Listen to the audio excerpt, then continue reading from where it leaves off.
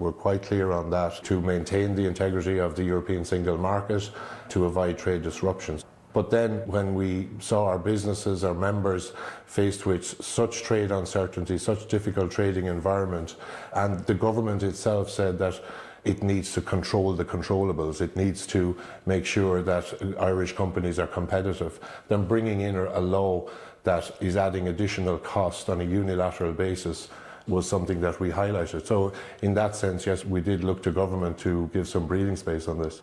Drinks Ireland has been quoted in the past as saying that the labels were fear-mongering and misinformation. Is that still the view? The nature of the labels, we believe, were excessive, and they were more about fear-mongering than actually informing consumers. Could we compare this to smoking, though, that we'll look back in a few years and say, why didn't we do this sooner? Because there is obviously detrimental health negatives to drinking. I don't accept that. I think that there is absolutely a huge amount of scientific evidence out there and research done. Drinking in moderation can be part of a normal, healthy lifestyle, and we don't need to fearmonger, and we don't accept the push that is that there's no safe level of alcohol. There absolutely is room for alcohol in people's life in a balanced, moderate manner. The Irish Health and Safety Executive Guidelines recommend not surpassing 11 standard drinks per week if you're a woman and 17 standard drinks per week if you're a man. But it says there is no level of alcohol use that is safe for your health. The culture of drinking in Ireland is gradually changing. Campaigners like Sheila Gilheany believe the new labels, along with other measures, are all incrementally having an impact, as are broader social trends like people being more health conscious generally. Back at the Cobblestone, Tomas has possibly sung one too many songs about alcohol excess.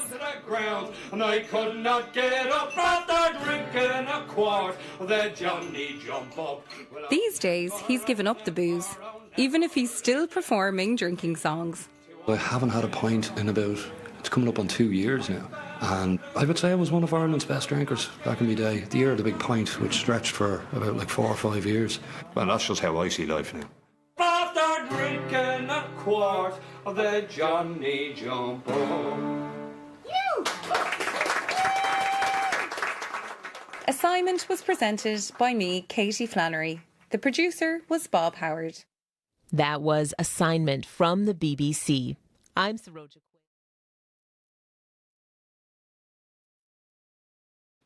Good morning, Manitoba, and hello, Winnipeg. I'm Marcy Marcusa. This is Information Radio, and we're live downtown in our Studio 15 on CBC. 89.3 FM, 990 AM on that app and on YouTube. Cloudy, cold again, but we also have snow in our forecast today. Periods beginning early this morning, 2 to 4 centimeters, and it will be windy. Winds south 30 to 50. Not as cold as yesterday. A high of -7, so actually pretty tolerable. But keep in mind with wind chill, yeah, it'll feel like -31. So bundle up, get out there and into the day in Manitoba. And thanks for spending some time with us to start. Good morning, Corey Funk. Corey directs the show and we'll be covering the commute. Good morning, Mr. Abby Adiyemi behind the controls. Abby is our senior tech on the program and we'll be covering the forecast on air here for all of the regions. And good morning to Mr. Darren Marash, who is our YouTube producer if you are watching the show there.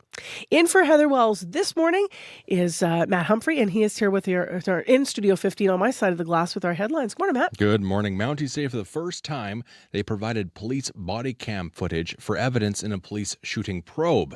Now, a Manitoba officer will not be charged after shooting a woman police say had a knife. At the bottom of the hour, we'll hear from a sociologist who recently wrote a book about police body cams. And exciting news, the Royal Charter, which created the Hudson's Bay Company centuries ago, will now be part of a rotating exhibit at 4 different museums, including the Manitoba Museum and the Archives of Manitoba. The charter was recently bought at auction and subsequently donated. We'll hear from the museum curator at 6:30. All right, thanks, Matt. Back soon. In the show this morning, rage bait. You might have heard this. It's Oxford University's Press's word of the year, which also might have you raging because it's not a word. But rage bait, we're going to talk about what it means. That's in the first hour of the show. Also, in the first hour of the program, fire chiefs across this country say fire safety safety has to be part of the conversation when new policies are made. Of course, in Manitoba, really high interest after what we went through here with wildfires this year. We will hear from the Canadian Association of Fire Chiefs on today's program. And then a little bit later in the show this morning, it has been an ongoing debate whether or not there should be seatbelts mandated on school buses. Once again, the Manitoba PCs have brought it to the forefront. They're calling for these enhanced safety measures. They want all school buses in the province equipped with modern 3-point seatbelts. But we're going to hear from the Canada Safety Council about why they say there is no need for that. So that's coming up. Stay with us. On cue. When he was just a kid, the award-winning author Dave Hilke started drawing cartoons like The Adventures of Captain Underpants and Dog Man. They ended up being his life's work. Dave will be here to talk about the massive success of his books and why he writes for kids who had the same struggles he did growing up. Graphic novels are a great way to introduce reading to kids. Q with Tom Power this morning at 10:30 in Newfoundland and on CBC Listen or wherever you get your podcasts. This is World Report. Good morning. I'm Marcia Young. Canada's food price report is out and it predicts 2026 will be another year of high grocery bills. The report involves 10 universities across Canada. And after factoring in supply chain, climate, and geopolitical factors, they say food prices will rise again next year. Nisha Patel reports. Please place item in the bagging area. Inflation continues to take a bite out of budgets, especially at the grocery store. Now researchers forecast food prices will jump 4 to 6% in 2026. The cost of meat could see the biggest hike, as much as 7%. We're expecting another difficult year due to beef prices, and because people are pivoting towards chicken, chicken prices are also on the rise. Sylvain Charlebois is a professor at Dalhousie University in Halifax. He says a lot of cattle ranchers are leaving the industry, and that's impacting inventory. Climate change is having a significant impact too, especially on products like coffee and cocoa. So that's not going to stop. So we need to think about how to make our supply chain more resilient, from farm gate to store. A family of 4 is expected to spend $17,600 on food in 2026, almost $1,000 more than this year. As Sabra Al-Harthi shops for her groceries in Toronto, she says she'll have to make some adjustments. Well, maybe change diet. I think I might just cut off the meat a little bit, make it a weekend thing. As the cost of food has soared 27% over the past 5 years, she's looking for a little relief. The prices are up, the rent is up, but the paycheck is still the same. When it comes to food, she says there's only so much you can cut back. Nisha Patel, CBC News, Toronto. Prime Minister Mark Carney is preparing for another face-to-face meeting with U.S. President Donald Trump. But this time, trade will not be their focus. Carney will be in Washington briefly on Friday to take part in the FIFA World Cup draw. It is supposed to be a celebration, but as Katie Simpson tells us, it may be hard to overlook the politics of the moment.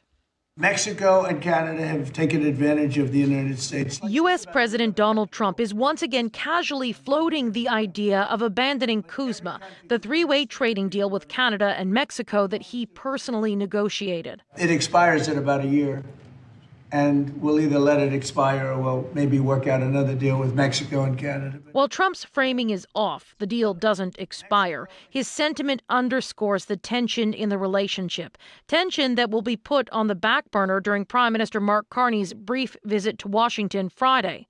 2 senior Canadian government sources say there is little to no expectation of any sort of trade talk breakthrough and that Carney will focus on the FIFA celebrations. He will be on stage with Trump and Mexico's President Claudia Sheinbaum for at least 2 hours during the FIFA World Cup draw. While one source says there is an expectation Carney and Trump will find a moment to chat privately, both sources emphasized this is a FIFA event. I'm actually not optimistic we're going to come out of Friday with the talks resuming. Brian Clow, the former deputy chief of staff to Prime Minister Justin Trudeau, says Trump likes his tariffs, and that's part of the reason why it's so hard for Canada to get the talks back on track. Katie Simpson, CBC News, Washington. Ukraine's lead negotiator is preparing for a high-stakes meeting in Miami today. Rustem Umerov will sit down with U.S. envoy Steve Witkoff and Jared Kushner, U.S. President Donald Trump's son-in-law. This next round of talks is part of Trump's push for peace in Ukraine.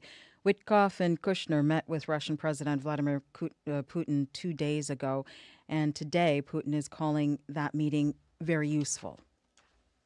There are more allegations of ceasefire violations in Gaza today. Officials say 5 people, including 2 children, were killed in Israeli airstrikes near Khan Yunis. Israel says it was in retaliation to an attack that injured 5 of its soldiers. Tom Perry has more. Flames leap high into the night at a sprawling tent city near Khan Yunis in Gaza. A line of men ferries buckets of water to try to douse the stubborn fire, as ambulances carry burned and bandaged victims to hospital. Israel says it was targeting a Hamas terrorist in retaliation for what it calls a blatant ceasefire violation, an attack that injured 5 Israeli soldiers, 1 seriously, near Rafah. Sifting through charred rubble, Jihad Samir Al-Arja wonders when the violence will end. Where are those who sought a ceasefire, he asks. There is nothing. We do not see a ceasefire. We do not see calm in Gaza. This latest bloodshed comes as Hamas turned over the remains of one of the last hostages held in Gaza, 42-year-old Suntias Grintalak, a Thai farm worker killed in the October 7th attacks, leaving just 1 hostage, Israeli police officer Ran Gavili, who was killed in the attacks and whose body is still missing. Tom Perry, CBC News, Jerusalem. Social media giant Meta says it is beginning to remove access to its platform for young Australians. A world-first ban on social media for kids under 16 goes into effect in the country next week. Tech companies will have to make sure children in Australia cannot set up accounts and that all existing ones are deactivated, or else they could face multi-million-dollar fines. Phil Mercer reports. My daughter has come home and told me, oh my God, I can't believe they're doing this. They're taking away all of our rights to human interaction. Like many other Australian parents, Brittany Fontana is dealing with the fallout from the social media ban. They believe it's going to be the last time they can speak to each other in the longest time. So it's a very doomsday panic among teenage girls. From today, Meta, which owns Instagram and Facebook, will start closing accounts in Australia of users under the age of 16. Belinda Barnett from Swinburne University of Technology says teenagers will need to find new ways to stay in touch. You're going to need to transition to an alternative way of keeping in contact with friends after this point, and you can come back to your account when you're 16. Which social and gaming platforms are included? Facebook, Instagram, Threads, Snapchat, TikTok, YouTube, X, Reddit, Kik and Twitch are all going to be included. Prime Minister Anthony Albanese says young Australians need to be protected from cyberbullying, violent content and other online threats. Our social media ban is about making sure kids have a childhood. Social media companies say Australia's ban is difficult to implement and easy to circumvent. There are signs many under 16s are moving to other platforms that aren't covered by the new rules. Phil Mercer for CBC News, Sydney. A Prince Albert retiree is speaking out after falling victim to a cryptocurrency scam. It all started when he saw a fake news segment made by AI. Katie Swires has his story. They could have just been pointing at me and going, ha, he's one of them. Len Phaneuf learned exactly how he had been scammed through a cybersecurity course for seniors. His teacher, Natalia Stahanova, says scams are becoming harder to spot. A lot of people don't realize the extent of AI these days, and the capabilities are growing daily. Phaneuf watched the AI video that duped him on his smart TV. He thought he was watching a CBC segment. Rosemary Barton was interviewing Mark Carney, and Mark Carney said there is a great investment for Canadians. But the video was a deep fake designed to direct Canadians to fake investment sites. The earnings were not great, but it was an earning every time. Around $800 in profits was deposited into his bank account. That gave him the confidence to invest $3,000, money the company pocketed.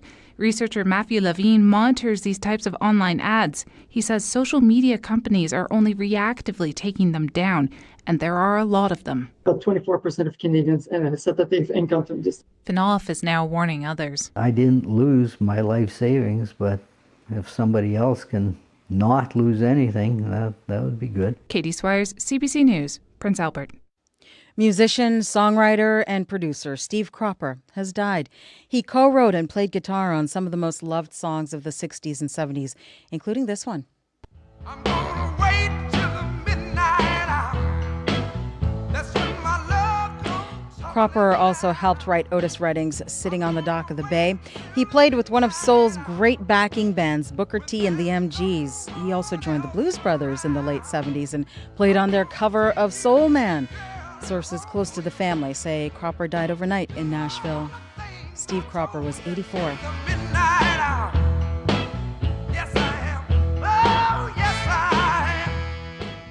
That is the latest national and international news from World Report. I'm Marcia Young.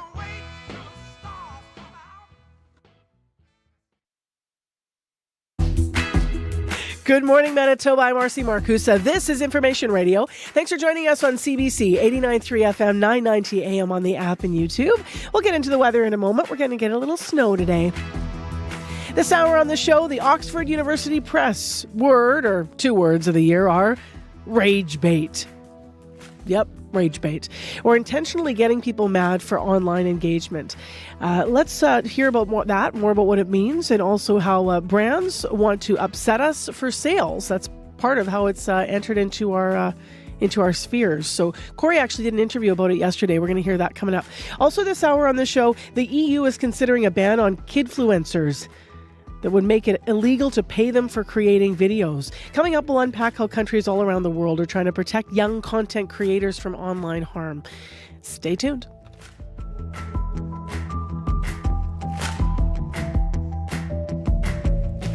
Right now, Matt Humphrey is in from our news department, filling in for Heather to update our headlines. Good morning. Good morning. Mounties say for the first time, the new body cam footage being collected by officers was used in a police shooting investigation. The footage was handed over to Manitoba's police watchdog, and an officer won't be facing charges after shooting a woman police say was wielding a knife. But a local sociologist has concerns about how the footage was used. He literally wrote the book on the subject of police-worn body cameras. We'll hear from him at the bottom of the hour. And Sioux Valley Dakota Nation says its annual Winterfest celebration, normally in January, has been canceled for 2026. The Southwestern Manitoba First Nations newly elected chief says there wasn't enough time or funding to plan the four-day festival. They are hopeful it'll return in January of 2027. Oh, and lest I forget, it's Roberta Bondar's birthday. 80 years. Just throwing it in there. First Canadian woman in space. Yeah. Pretty very neat. Cool. Yeah. It is. Happy birthday. Happy birthday. Big fan. Roberta. Were you a space guy? Were you a space kid? Like, Still did you am. Dream? Really? Oh, I love it up there. Oh, I guess. Well, he spends his summers up there. Oh, Matt. Special kind of snowbird, yeah. I love when Matt's on the show. It's good times. Good to be here. Thanks, Matt. Back soon. Matt Humphrey with, headlines and bonus commentary.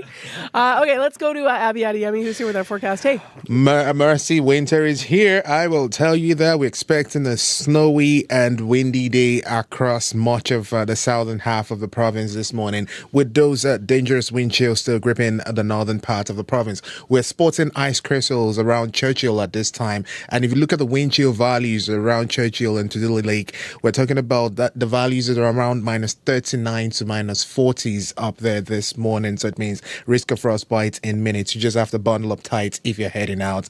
You know the drill. For Winnipeg right now, we're starting the day around minus 16. It's cloudy outside, expecting periods of snow to start sometime this morning. Now, once the system comes through, we're expecting about 2 to 4 centimeters of snow on the ground, and that will keep the morning temperatures between minus 15 and minus 17. So watch out for the wind chills for the Winnipeg area. It's going to be feeling like minus 31 this morning, also bringing frostbite into play. And the winds will shift late in the afternoon, making our temperatures climb to around minus 7 later. Now, across the Brandon, Dauphin, Gimli, we're looking at a similar picture.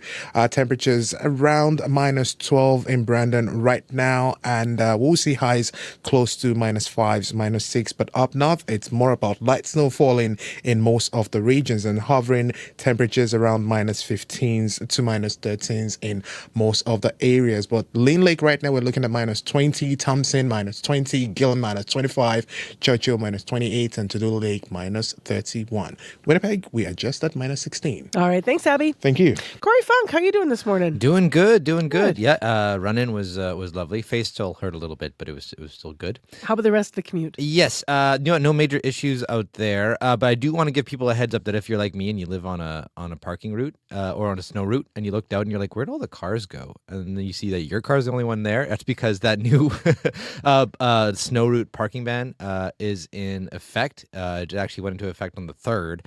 And that means that if you're on one of those snow routes, you're not allowed to park on there between 2 a.m. and 7 a.m. now for the foreseeable future for most of the winter now.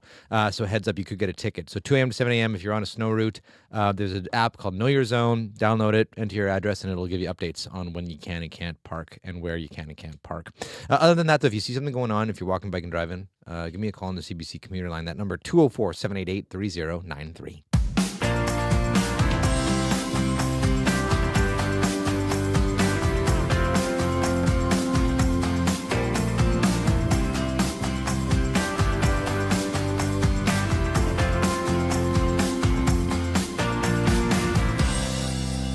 6:15 a.m. Thursday morning, and all right, Corey, tell us about rage bait. Yes, well, I think a number of people are finding that particular term upsetting for a couple reasons. Well, because this week, Oxford University Press announced it's the word of the year. And people are like, wait, actually, it's two words. I know. It kind of throws you off a little bit. People have thoughts about that.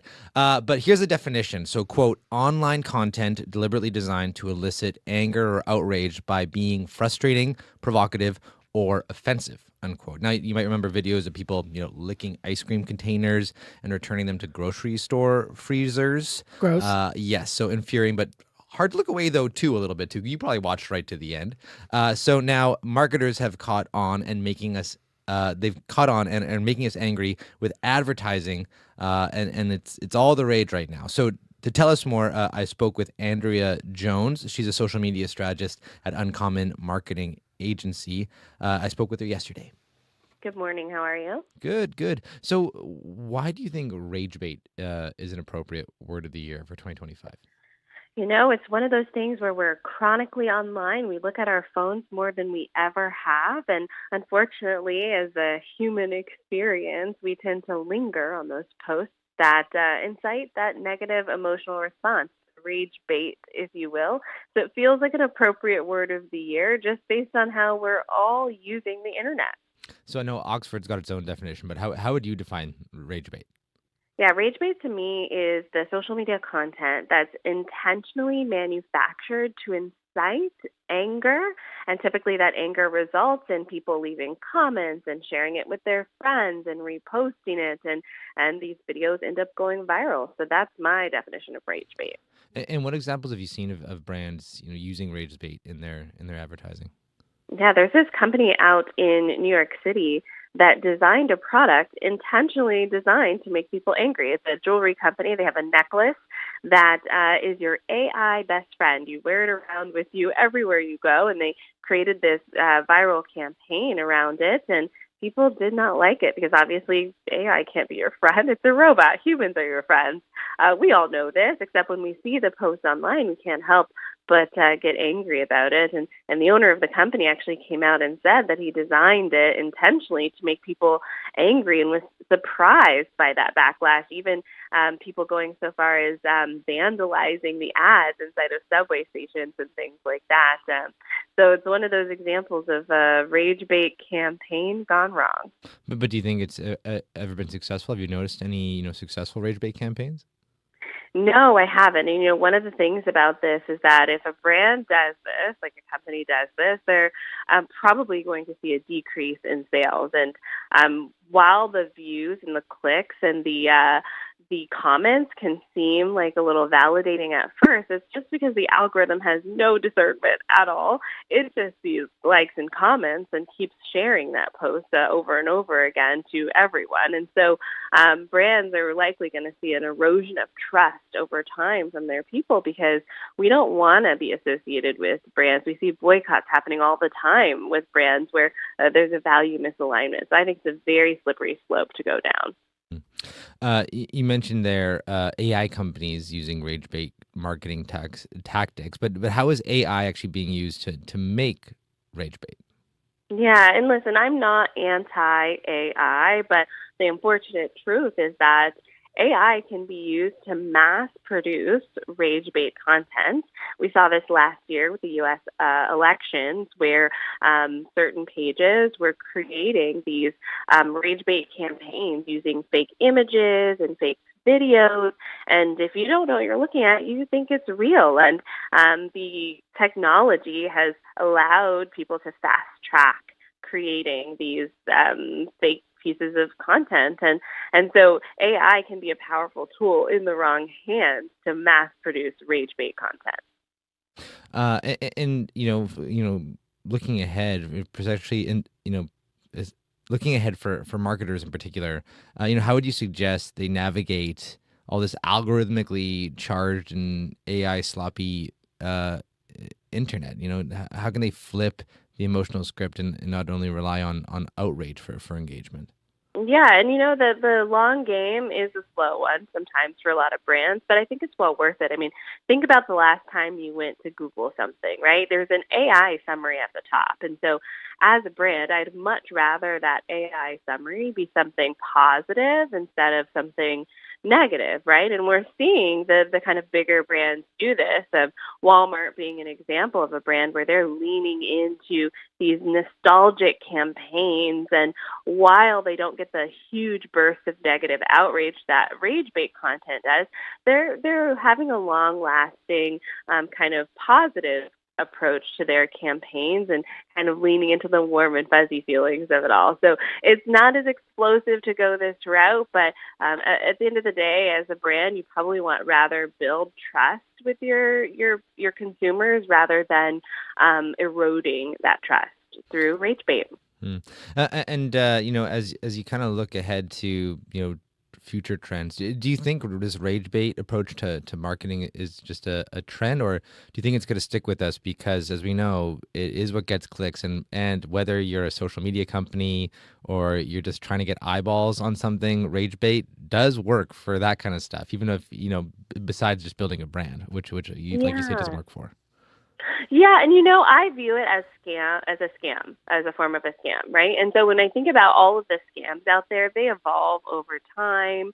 And so my job is to try to educate people when they see a post in their feed, hey, maybe not have a negative reaction to this. Maybe don't share it with people. Maybe even hide it from your feed. And hopefully that will help diminish this kind of like rise in rage bait. I don't see it going away, though. Our brains kind of latch onto it unintentionally. I found myself watching a video of someone making a cheeseburger and then deep frying it and then putting it into a cake and lighting the cake on fire. And suddenly I'm upset before even realizing why I can't look away from this awful video. And so I do think part of it is the human element where we can't look away. But, as soon as we can recognize that that's what's happening, hopefully we can kind of protect ourselves a little bit from that negative response. Well, Andrea, thanks so much. And hopefully if we talk next year, the word of the year is something like happy, I don't know, something happy in marketing or something like that. Who knows? Absolutely. I'm with you on that one. Fingers crossed. Okay. All right. Bye-bye. Bye. 2026. Happy, joy. We can only hope, Corey Funk. That was Corey in conversation with Andrea Jones, social media strategist at Uncommon Marketing Agency, talking about Oxford University Press announcing their word or two words of the year, rage bait. This winter, help make the season kind in support of Harvest Manitoba. All it takes is one can of food, $1, or even 1 hour of your time. Your generosity will help those in need and bring us closer together as Manitobans. Join us as we donate a day of programming in support of Harvest Manitoba December 5th. Visit cbc.ca/kindmb for more. So we're really looking forward to that tomorrow. I know a lot of times people will write to me after the fact and say, oh no, I missed it. Please tell me when it is. So tomorrow is the day where we will be making the season kind in Manitoba. So that means all day long, all of our programs will be dedicated to hearing more about the stories about need, hunger, just what the situation is with employment as well, which feeds into people's lives here in Manitoba. We'll also hear from Harvest throughout the day about the work that they're doing and the agencies they support. Because remember, Harvest is, yes, a food bank, but Harvest also supports some 350 plus agencies all across the province in every corner. So we will do this tomorrow. We hope you can join us tomorrow morning. Starts with our show, and then it goes right through the weekend, in fact. It is 6:24 a.m. It's minus 16 in the city of Winnipeg. It's mostly cloudy. It's snowing in Brandon and Thompson, and it's going to snow here as well, 2 to 4 centimeters. So pay attention to that if you're getting ready for the day here. Don't forget your toque and your mitts, and certainly the brush for the car if you are driving. Well, next on the show, the Canadian Association of Fire Chiefs says that fire safety might not be getting the attention it deserves. They are warning that federal policies on housing, on electric vehicles, and disaster response are not fully considering fire risks. And without fire safety voices at the table, they say some departments might not have training or equipment that they're going to need when those emergencies should hit. Ken McMullen's on the line with us, president of the Canadian Association of Fire Chiefs. He's fire chief in Red Deer, Alberta. Good morning. Good morning. So with more housing going up, I want to start here, actually.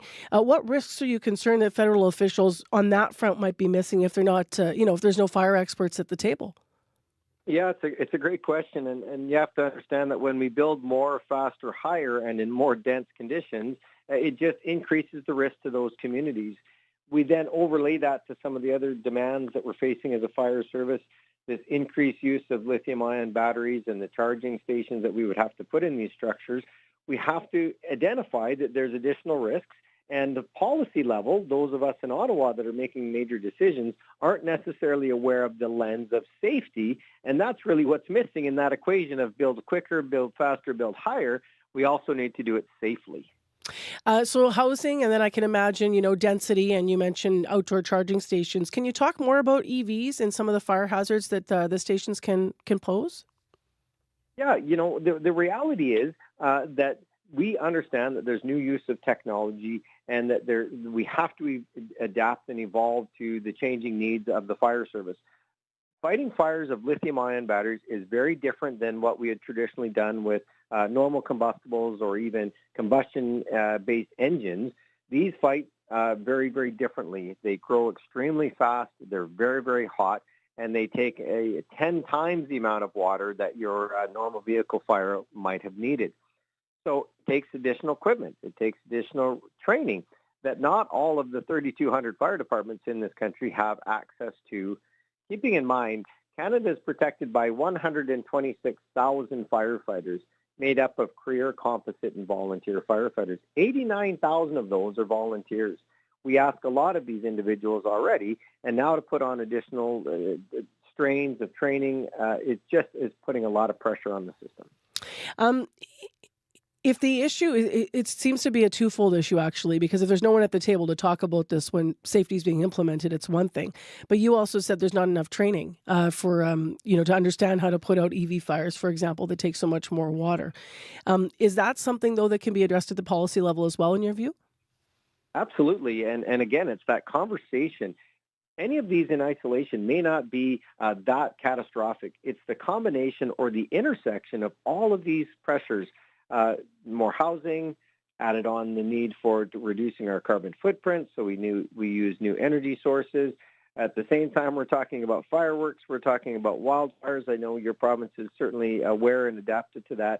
All of those at the same time is what's causing a potential catastrophic failure of the system if, and it's a big if, we don't start addressing it at a national level. If the gaps in fire safety and preparedness are top of mind. I know you've been meeting with the Minister of Emergency Preparedness this week to discuss this. Are you hopeful that something concrete will come out of that? We have to be optimistic. We have to understand that we are at this conversation for the fifth year in a row where we've provided information from the Great Canadian Fire Census. The trend is not in a positive direction, where we continue to see fire departments doing more with less. We see that we are seeing fire departments that are still not replacing equipment at the rate of which they need to be replaced, because the cost has just gone out of gone out of the ability for municipalities to afford them. Talking with the Minister of Emergency Preparedness, we are continuing to ask for a spot or a person at the federal level of which would help coordinate all of these conversations between divisions and policymakers. We've called it the National Fire Administrator. We could call it the liaison. We could call it an advisor. The name is irrelevant. It's the role that has to be implemented to ensure that the fire chiefs and the lens of safety are part of all of these conversations. We'll leave it there this morning. Ken, thanks for your time. I appreciate it. You and your listeners stay safe.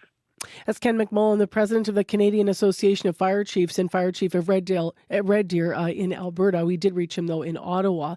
Just came from Flin Flon, as you might know if you're a regular listener, and we had an interview with the fire chief there about this idea of national coordination. He said that, in his view, we still need also better regional coordination here so that we can do better in terms of understanding how to share resources and such. Last year was a real example. He said that worked out in the end, as he said, in his view. However, we can do better with coordinating ahead of time before something else strikes, like the kind of wildfire season we had here in Manitoba. We have business news coming up for you. Crystalie Ramlicam will join us with her report. We are seeing yet another shakeup in the Canadian banking industry this week, and we're going to hear more about that right after your CBC Winnipeg News. This is CBC News. At 6:30, we're at minus 16 degrees with partly cloudy skies over downtown Winnipeg. Good morning. I'm Matt Humphrey. Manitoba's police watchdog is not recommending charges against a Mountie who shot a woman. RCMP say in May, a woman walked into traffic on the Trans-Canada Highway near Brandon. Police say she was shot after approaching an officer with a knife, despite having been told to stay back. The province's independent investigation unit cleared the officer. But sociology professor Chris Schneider is skeptical about the watchdog's review of the officer's body cam footage. It's discussed in this video context that the officer was trying to create distance so that the officer was not, the language in the report is forced to shoot her. Rather, the officer decided to shoot her. So this sort of language of forced to shoot her removes agency from the individual officer. RCMP say this is the first time body cam footage was given to the police watchdog for a shooting investigation. Between April and October, City of Winnipeg workers picked up nearly 7,500 used needles. This year, the city started not just picking up discarded needles in parks, but also tracking how many they found. Outreach group Community 204 has been doing their own needle cleanups for years. Founder Daniel Hidalgo says he's surprised by the city's high number, and he's grateful for the help. First and foremost, I'm grateful someone is keeping track of that data, because it speaks to the severity of what's being found, but also just like what the folks out there are experiencing. And for me, it just it's shocking. The city program looks at 16 parks with plans to look after 6 more. Along with needles, the crews recovered hundreds of bags of drugs, drug pipes, and dozens of improvised weapons like knives and crowbars. A national safety watchdog says fears about children riding on Manitoba school buses may be misplaced. This comes after the provincial PCs introduced legislation to require all newly built school buses to include 3-point seatbelts. Lewis Smith is the manager of national projects at the Canada Safety Council. He says 2.2 million Canadian children ride school buses every day. Yet over the past decade, there's only been 1 recorded fatality and fewer than 2,000 injuries. We believe that school buses are already very effective at keeping their passengers safe, and seatbelts on school buses may have, in a theoretical world, practical use in specific collision instances, but those collision instances are so rare, and the operational context adds extra risk factors that we don't believe make it worth it. Smith says recent pilot projects suggest some kids may have a hard time taking seatbelts off. which could pose a serious hazard during evacuations. The Royal Charter, which created the Hudson's Bay Company 355 years ago, has been won at auction by the Thompson and Weston families. Together, they made an uncontested $18 million bid. Now they've committed to donating the document permanently to a group of 4 museums, part of a rotating exhibit. Dorota Blumchenska is the head of the Manitoba Museum. She says a court is expected to approve the sale on December 11th. That's when they'll start looking at next steps. One of the most important things will likely be getting an updated full condition assessment of the charter to understand, its present day kind of wear and tear. And then that will help us determine, its travelability, when that might occur, and steps beyond that. Along with the Manitoba Museum, the charter will also go to the Archives of Manitoba, the Royal Ontario Museum, and the Canadian Museum of History in Quebec. Sioux Valley Dakota Nation's 2026 Winterfest has been canceled. Leadership says there wasn't enough time or money to plan the 4-day January festival. Newly elected Chief Jennifer Bone says planning should have started 5 months ago. But with the First Nation being caught up in a highly contentious election, no preparation happened. Prior to that, there was no work done, as far as planning, sponsorship, any kind of marketing, that sort of thing, for us to carry on with the event. But Bone says Winterfest will return in 2027. Every year, the event brings thousands together to celebrate Indigenous culture. And that's your CBC News from Winnipeg. All right. Thanks a lot, Matt. Back soon. Matt Humphrey in our news department, filling in for Heather Wells this morning. It is time to check out the forecast. And actually, Abby, I got on the air and I said it's cold again today, but it's the daytime high is going to be much warmer than yesterday. Yeah, the daytime high, we're going to be seeing it around -7s in the southern part of the province. Some areas might even see -5 today, but we need to deal with the morning and the wind chill before we get to that afternoon period where we get to see temperatures really push to highs around -7s and -5s. Up north, we're looking at gusty winds and light, so it's still frigid in the the farther north you travel, we're still seeing temperatures around -31s, -28 up there. Winnipeg at this time, -16, mostly cloudy outside. Periods of snow will begin at some point, and we'll see those gusty winds coming from the south that would shift, and we'll see lighter northwest winds later in the afternoon, pushing a high for the Red River Valley region to about -7. But the wind chill this morning, you need to deal with it. It's going to be in the values of -31. Just a risk of frostbite and exposed skin. So if you're making transition from one bus to another, be prepared for that. In the Pembina Valley region this morning, we're looking at temperatures sitting around -13. For folks around Morden, Winkler, Alton, and Morris, down to the U.S. border, you warm up to -5 later, though you need to deal with some gusty winds this afternoon and the wind chill around -32. Brandon, good morning, -11. Light snow falling in that part of the province. You warm up to -5. Expect a mix of sun and clouds later. For the Parkland region, around a Dauphin, tracking it towards Riding Mountain, we're seeing light snow also falling. You warm up to about -5 later once the snow wraps up in the afternoon. But current temperatures around that region, we're looking at -11 there. In the Interlake region, Gimli and surrounding communities, we're tracking -15s and -16s there. Snow developing later this morning as temperatures will climb to -6 later. Gusty winds also coming your way. Wind chill values around -32. The Path, Flin surrounding communities, light snow falling at this time. We're seeing temperatures between -13s and -15 there. You warm slightly to -13 later before the snow ends, and then some cloudy conditions will be sticking around. For Thompson, we're looking at icy conditions at this time, -20. Snow also falling at this time. Expected snow on and off this morning. Then you see a mix of sun and clouds. Your highs would only get to -16 later. We're looking at wind chill values around -29 for folks in Thompson this morning.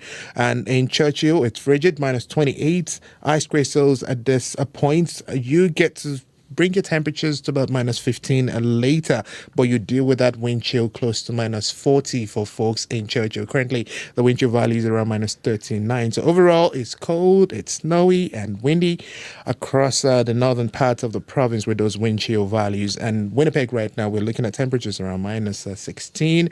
And just take it easy out there if you're making that transition. To make us feel better, we should start saying it like tennis judges. Minus 40. Exactly. And when it's 0, we call it love. Love. Yeah, it sounds nicer. It is kind of more like love when we're at 0. All right, let's get into the commute. You do have something to update here, Corey. Yeah, really just one issue out there. McPhillips and Redwood lights are flashing red in all directions, so you just want to treat that as a 4-way stop. I'll keep an eye on that throughout the morning. And just also a reminder that residential parking ban is in place along those snow routes. So between 2 a.m., 7 a.m. every night now, pretty much for the winter, you're going to have to park somewhere else, not on those main snow routes if you happen to live on one. So heads up there. If you can download the Know Your Zone app if you're wondering if that impacts you at all, and that'll let you know. You can give me a call on the CBC commuter line if you do see something going on right now on the highways. Looks like Swan River around there. Those highways are the right now some poor visibility might be covered as well. So be careful if you're driving around Swan River this morning. Give me a call if you're seeing anything though. 204-788-3093. We've got something kind of cool coming up here. You probably heard of the sandwich generation taking care of children and aging parents at the same time. Have you heard of the club sandwich generation? We'll explain after business news. Crystalie Ramlakan joins us on Zoom now. Good morning.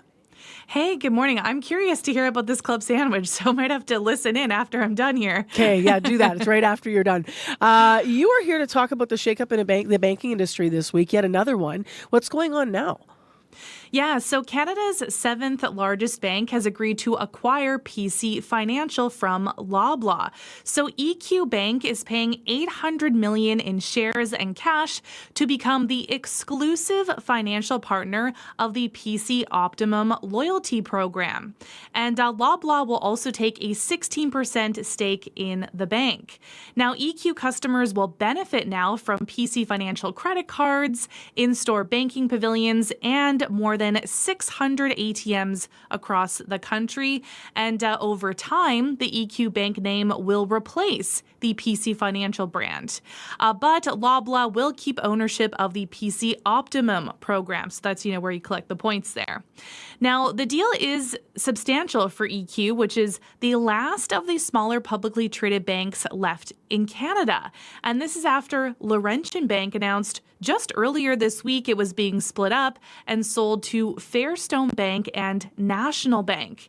Now, the deal is still subject to closing conditions and regulatory approvals. If all goes through, the deal is expected to close sometime next year. Let's turn to the airline industry. Some pilots could be going on strike. Yeah, that's right. So Air Transat pilots have voted to give their union the power to strike as soon as December 10th. But the authorization is not an immediate strike notice. And Air Transat says this is a common step in the collective bargaining process and that operations are continuing as normal for now. Now, negotiations over a new collective agreement began in January. And the airline says the goal is a deal that satisfies both parties and reflects market realities. It says it is confident, though, that they will reach an agreement and avoid any impact on customers' travel plans, which I'm sure, some people might be worried about if they have Air Transat tickets over the holidays. And the union says it is looking for a contract that protects job security and improves working conditions, compensation, and quality of life. Now, aviation experts say the vote is not a surprise because, while the threat of a strike over the busy holiday season is a good negotiating tactic. Here's John Graddick, who is a faculty lecturer in aviation management at McGill. There is no doubt in my mind that Air Transat understands the implications of a strike at Christmas, understands the financial implications of that strike, and will, in fact, try to resolve this thing before it even gets close to a strike. So this is a threat, but I don't think it will be reality. So yeah, that take might comfort some people who are planning on traveling soon. And but the union says the current contract is at the bottom of the barrel compared to WestJet and Air Canada. Last October, Air Canada pilots ratified a 4-year agreement that increased their wages by about 42%, and WestJet pilots have negotiated a 24% pay bump over 4 years. And finally, Spotify is calling people old? Well, it depends on your Spotify Wrapped, which, of course, is a summary of your listening habits that people often share on social media. So this year, the roundup includes an estimate of your listening age. So Spotify says if you listen to more music from an older generation, then they playfully guess your listening age is older. And, there's been some mixed reaction on social media with some kind of cringing at their age and others wearing it like a badge of honor of their refined tastes. Have you done your Spotify Wrapped? Do you use Spotify? No, I wouldn't have enough in there at all. Well, my Spotify Wrapped says I'm 25. Woo! Woohoo! I'm 37, so, but I guess that makes sense. My top 5 artists were all female rappers, so I guess maybe that's young people music. And this compilation of data is designed to get people to share and discuss their results, raising Spotify's profile. And, the platform may need it. It has recently faced boycotts, lawsuits, and other controversies. And it has faced backlash on issues such as artist compensation, AI-generated music, and even ICE recruitment ads. Well, we are going to let you go off air, but if you want, stick around because we're going into this item about age as well. The club sandwich generation, that is. Crystal Lee, thanks for this. Thanks, Marcy. Crystal Lee Ramlakan with Business News. So what is this club sandwich generation? Well, the sandwich generation, as I mentioned, you probably know, it means you're responsible for young kids and aging parents at the same time who require support. But a lot of us are living longer, so there's a new term. The club sandwich generation. In her series Money in the Middle, personal finance columnist Rubina Ahmed Huck looks at the financial challenges that comes with being an adult child and grandchild. In 2021, Statistics Canada projected that almost 500,000 homes in the country were multi-generational, meaning 3 or more generations of family living together. In Canada, there are more than 7.5 million grandparents. Some of them are also great-grandparents, meaning many adult children have gone from being in the sandwich generation to the club sandwich generation. So they're raising their families and they're caring for one or more parents, grandparents, in-laws, or other older adults in their lives. And most of them are working. Amy Kupal is the CEO of the Ontario Caregiver Organization. She says as we live longer, the amount of care required grows as well. And if your children are seniors, that burden may fall to your adult grandkids. One challenge is that no 2 cases of caring for an aging relative are the same. Kupal herself has experienced the squeeze of being in a multi-generational care relationship. Currently, she's caring for her dad. This is my 3rd caregiving experience in my life. And one of the things I've come to realize is that each caregiving experience is almost like a first time. Even if you know what it's like to be a caregiver, the relationship with the person you're caring for, the circumstances that they're working through and that you are living through at that time, make each caregiving experience really its own experience with its own set of challenges and opportunities that you have to overcome. Kupal says that as the Canadian population gets older, the right supports need to be in place to recognize how much pressure it puts on caregivers who are still working and juggling the responsibility of small children. The bandwidth that's required to look after 2 generations, it's very difficult. Alex Jessup is an investment advisor at Meridian Credit Union. He says an increasing number of his clients are supporting their parents and grandparents. In many cases, adult grandchildren are the executors of their grandparents' will and are helping 2 generations navigate their finances. I would encourage anyone in that position, the club sandwich generation, to have a conversation with their parents and grandparents about their estate plan. Especially if you've been named executor, you will be tasked with quite a lot on your plate once the time comes. Piece of advice I would give is if you are finding yourself in that sandwich generation and you're starting to worry about aging grandparents or parents, start building your support team. Stephanie Chan is a senior living advisor with My Care Base, an online portal to help senior Canadians find caregivers to work in their home or place of residence. In her experience, the need for care happens quickly. An unexpected diagnosis, a fall at home, or a loss of mobility. She says adult children and grandchildren who know they will provide care should start building their network. Contact your city and province to understand what support is available at no cost. Get a realistic idea of the cost of home care and private care homes. I encourage everyone to talk to their financial planner and plan out a budget for senior living needs from a holistic perspective. And so plan for increasing costs as you age. The experts say the new club sandwich generation has a lot of responsibilities, but with careful planning and research, most will find there are many supports available for them to use. For CBC Radio, I'm Rubina Ahmed Haq. If you want to hear any more of Rubina's financial advice, check out the CBC Listen app. You simply look for CBC columnist and you'll find her name. Need some laundry detergent? If you're in China, just stop off at the local Wu-Mart. Feeling chilly? Wrap yourself up in a South Butt hoodie. And how did a copycat become the best-selling cookie in the world? Copycat Brands on Under the Influence with Terry O'Reilly, Thursday morning at 11:30, 3:30 p.m. in Newfoundland, and on the CBC Listen app. This winter, help us make the season kind by supporting local food banks. Join CBC from December 5th to 7th to kick off the season of giving with a food truck pop-up at Zoo Lights at the Assiniboine Zoo.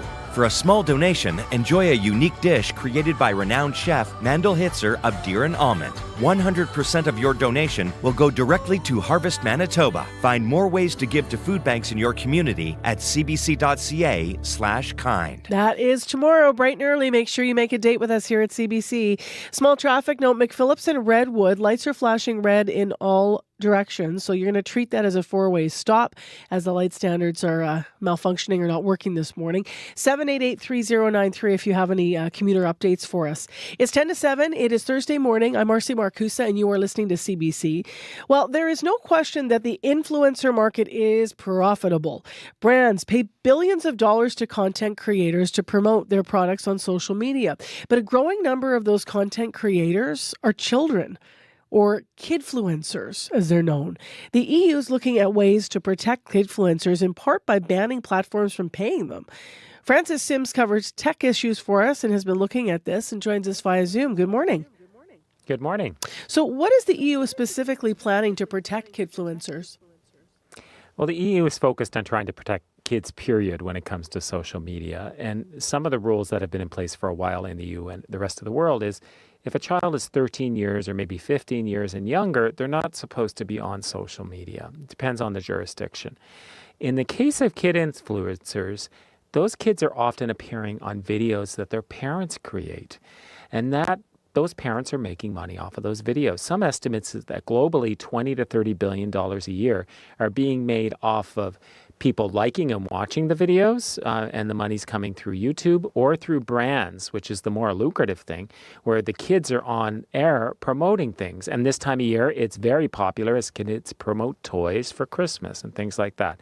So the EU is trying to regulate that. They're trying to break that thing where parents have a financial incentive to have their kids on these videos, and they're doing that by basically saying you're not allowed to make money off your kids. If your kids are the star, you're not allowed to make money off them in the videos, period. It's a bold move, and it'll be interesting to see if it works. Also, because someone might be thinking, why not? I'm just going to take that perspective here and dig into it, because there's kid actors, and they're in the commercials, and they're shilling all kinds of things. So how is being a kidfluencer compared to other things, acting or not, where a child might be earning an income? Yeah. And I think that's a really great perspective. I feel like social media is like the early days of film and TV. If you remember, you probably don't remember, none of us remember, but The Wizard of Oz, when it was filmed many, many years ago, 50 plus years ago, the situation for the child actors wasn't great. Many of them didn't have access to education. They worked long hours. They were underpaid. And there wasn't really a parent or a chaperone there to help them throughout their day. It's different now. Kid actors are in unions. There's people on site that make sure they're not working too long. And if it's a long, short, if it's something that's filming over a few months, they'll be tutored. And so that situation is great. The problem, I think, with social media is that we hadn't been treating it like film or TV before, or modeling. And we have to start doing that because kidfluencer videos, family videos are one of the top categories now on YouTube. And that market is just growing and not shrinking. Where is Canada at considering regulating this? Yeah, unfortunately, we're not there. There's no provincial or federal regulation around this. In fact, the updated Canadian Broadcasting Act, C11, explicitly excludes influencers from that. I think part of the reason is that the federal government doesn't want to be in the business of regulating who can be in your home videos. If you put it simply, right? The home video at home, you post it to Facebook. Does the government really want to be in there saying you can do this or not do that? And so it's really messy. And I think as these laws go in place, I suspect there's going to be a lot of lawsuits and a lot of pushback in different countries. The EU might be more receptive. Canada would be a harder sell, I think. There are mental health risks and implications to being exposed online. But from a tech perspective, what are some of the risks that parents should be mindful of? This is the time of year, too, where people start to post a lot of pictures of their kids, but you might want to take a beat, right? Yeah, and I don't want anybody to be worried about posting videos of their family at Christmas to share with relatives that might not be able to see it. That's fine. What I think you need to think about, though, is the digital footprint. When you put something on the internet, even if you take it down like 5 minutes later, like say you put something up there and you rant about something and your kids are in the video, you take it down, likely somebody has already copied that. And, there's companies out there, their whole job is just to scrape the internet. They take all the content they can access publicly and then they try to resell it. They might resell your video to somebody that wants to commit fraud or, an insurance company. Like imagine you put a video up there about your child going through a traumatic medical situation and you put it up there because you want to share and help other families and maybe get more subscribers. What happens when that child goes and applies for health insurance 20 years later? And so I think parents need to think that whatever they put up there now is still going to be there when that child is an adult. And is there anything there that might impact their lives? $10,000 now is wonderful and it can help, everybody's struggling, but is it worth the cost down the road that you might create for their kids? So just think about that when you're posting it. How does AI, the rise of AI, factor into the conversation? How does it change considerations in your view? Yeah, so I think it's a whole new world. So we saw the last few years lawsuits around book publishers claiming that AI illegally ingested, millions of books, textbooks, and books like Margaret Atwood's The Handmaid's Tale, for example. And then you can go to those tools and you can ask those tools to regurgitate passages from the books. The publishers, the authors are saying we never wanted that to happen. The same thing is happening with these videos. So these platforms are ingesting it, and now they're actually creating videos of their own. So I wouldn't be surprised if 1, 2, 3 years we start seeing videos with the likenesses of people that are major kid influencers out there. It could be an ad for Coca-Cola or for a new toy or whatever it is. And I suspect we're going to see some lawsuits around that because they legally scraped it off of public available sites. What does that mean when they use those likenesses? And it'll be done in an automated way, and you won't even know what's happening until somebody says, oh, I think your kid was in that ad. That's the type of stuff that AI would be able to do that we just never fathomed, just a year or two ago. All right, Francis, thank you. Thanks, Marcia. We are certainly in uncharted territory, aren't we? Francis Sims is Associate Dean of the Faculty of Applied Sciences and Technology at Humber Polytechnic and a regular tech contributor here on CBC's Information Radio. That's where you are this morning. I'm Marcy Marcusa. Thanks for being here with us. So we'll get into weather and traffic in a moment. Matt Humphreys popped into the studio with today's news headlines. Good morning. Good morning. A private member's bill meant to enhance safety for Manitoba children riding in school buses isn't being received warmly by a safety expert. The progressive conservative legislation would require all new school buses built with 3-point seatbelts, but the Canada Safety Council says children may be safer on buses without seatbelts. We'll hear why at the bottom of the hour. All right, thanks, Matt. Excellent. We also have more in that story coming up the next hour of Infrared. Plus, the wealthy barber. Did you read The Wealthy Barber back in the day? I know people who read it and said it changed their lives and their financial futures. Well, the barber's back. It's been over 3 decades since that personal finance book first hit the shelves. We're going to hear from author David Chilton about how he's updated the classic for today's financial landscape. Maybe this time around I'll read it. I swear I spoke with a lot of people who really say that book changed them. So what's in the new book and how does it relate to our financial situations in 2025, which is very different than 3 decades ago? It is 3 minutes to 6 o'clock. Also in the next hour of Information Radio, we will be hearing more about another story that Matt's had in the news today, an important piece of Canadian history. It has been sold pending court approval, and the Manitoba Museum will likely see it in a temporary exhibit. We're going to talk to the museum about what the Hudson's Bay Company Royal Charter will bring to the institution. So that's coming up as well. Weather-wise today, mostly cloudy right now. It's minus 16 degrees. We will, though, improve. Like yesterday, I think we only improved by 2 degrees. We will warm up today. Our high is minus 7. You know what happens, though, in the winter? That means that we're going to get snow. It's either clear and cold or it's snowy and warm. And we got 2 to 4 centimeters on the way for Winnipeg. A high minus 7. Winds will be south 30 gusting to 50, so it's going to be windy out there as well. Brandon's forecast very similar to Winnipeg. Your high's minus 5, windy, going to get a little bit of snow. And up in Thompson, your high today is going to be minus 16, so much colder, 30% chance of some light snow possibly, and your wind chill is going to be right around minus 29. So as I mentioned, cloudy minus 16 in Winnipeg right now, ahead of 7 o'clock. Brandon's light snow in a minus 11, and Thompson's light snow right now as well, and minus 20. We do have a small thing to mention in traffic, although it's probably going to be big if it's on your commute. McPhillips and Redwood. Right now, lights are flashing red in all directions. Treat that as a 4-way stop. Not causing backups, we understand yet, but once it gets busy through that area, it certainly could. If you want to call the commuter line, Corey will pick it up, 788-3093. Stay with us on CBC. World Report's next.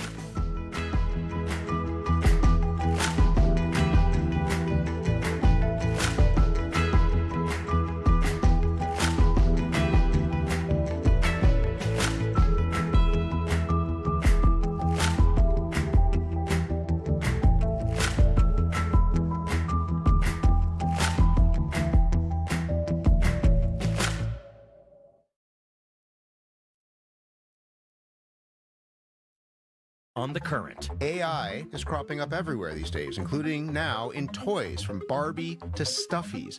I love you. I love you too. Big hug to you. We'll take a look at what it's like when kids play with these robots and how one of the toys ended up talking about knives, pills, and sex. It's coming up on The Current. The Current with Matt Galloway. This morning at 8:37, 9:07 in Newfoundland, and on the CBC Listen app.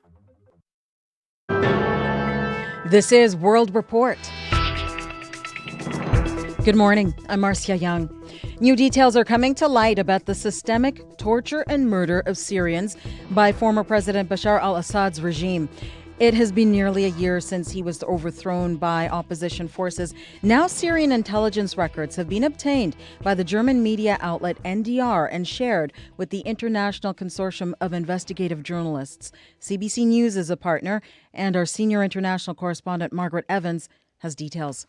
More than 100,000 Syrian intelligence files were obtained by NDR in 2 separate tranches. One of written documents dating back decades, the other photographs of more than 10,000 bodies, most bearing signs of starvation and abuse.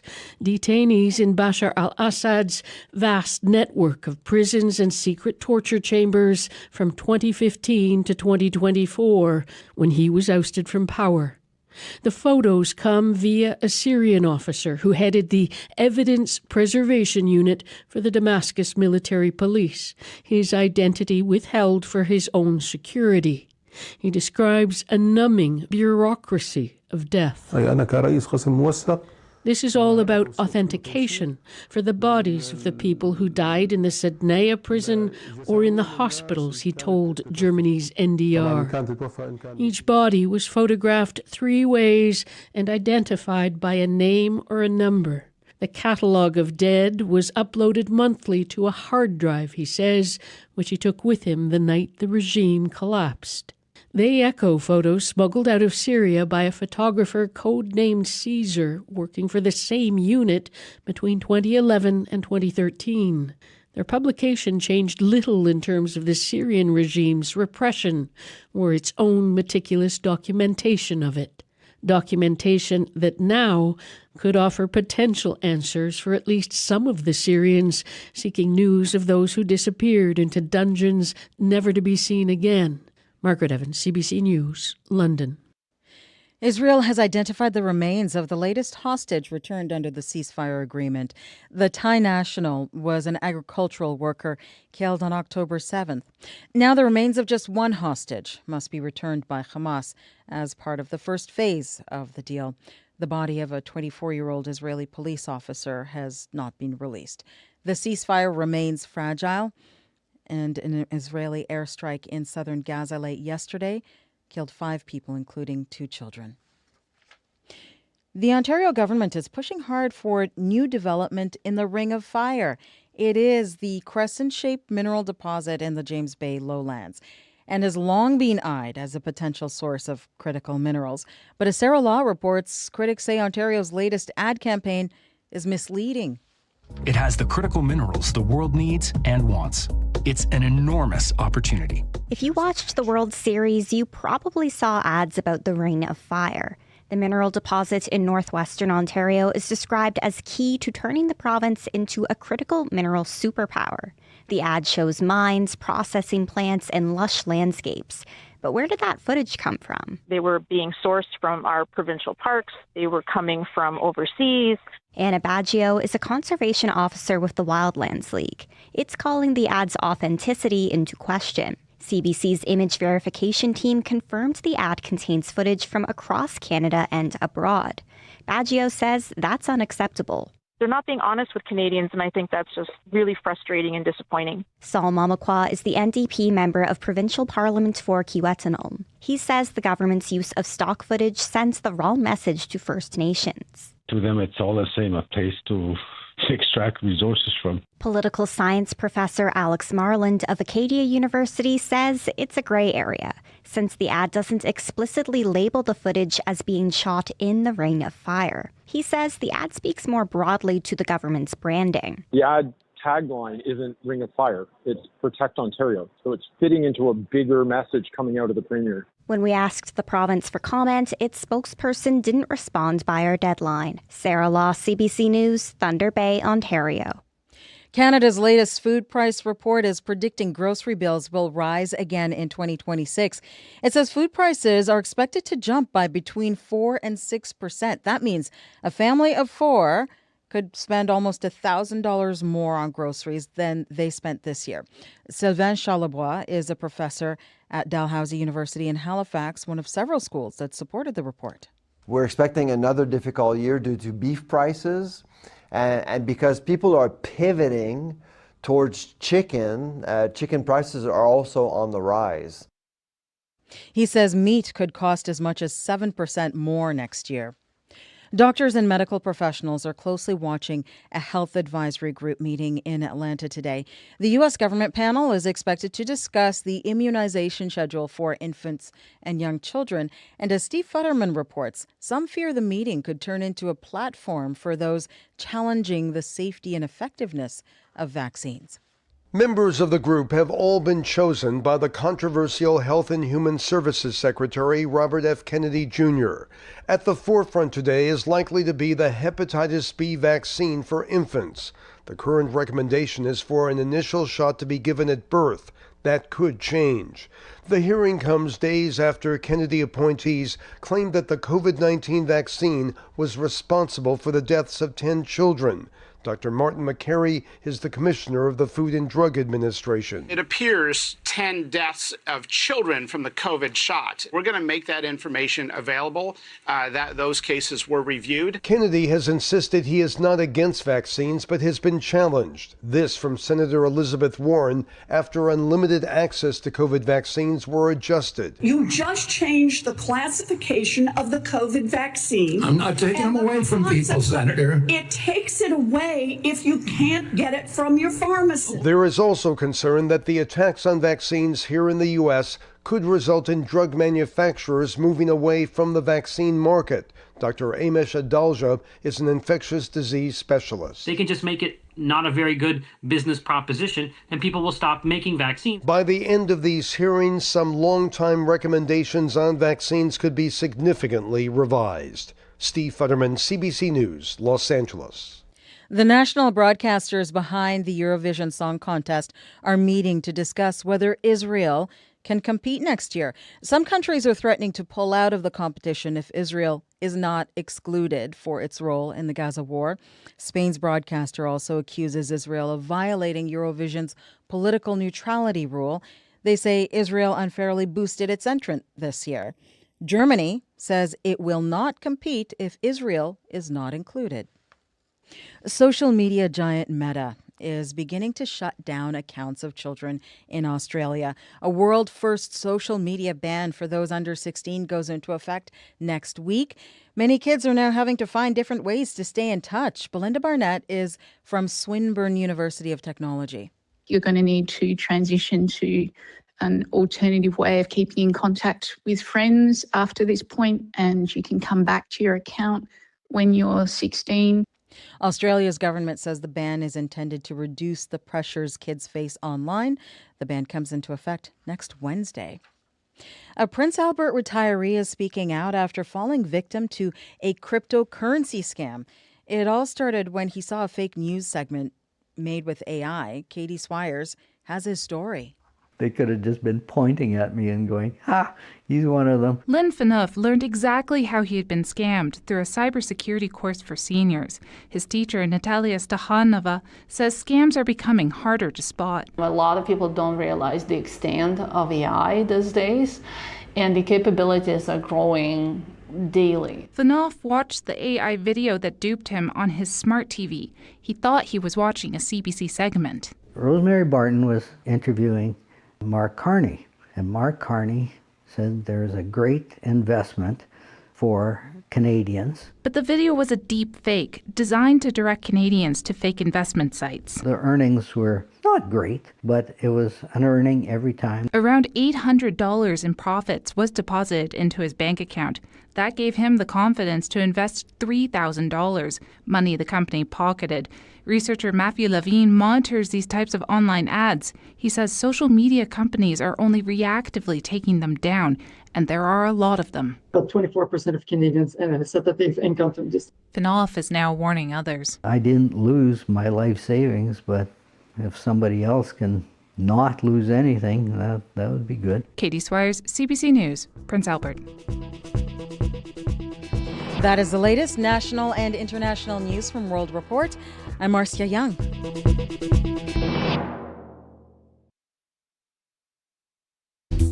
Good morning, everyone. I'm Marcy Marcusa. Thanks for joining us on Information Radio. This is CBC 89.3 FM, 990 AM on the app and YouTube. You'll be bundled up again today. It's minus 16 in the city.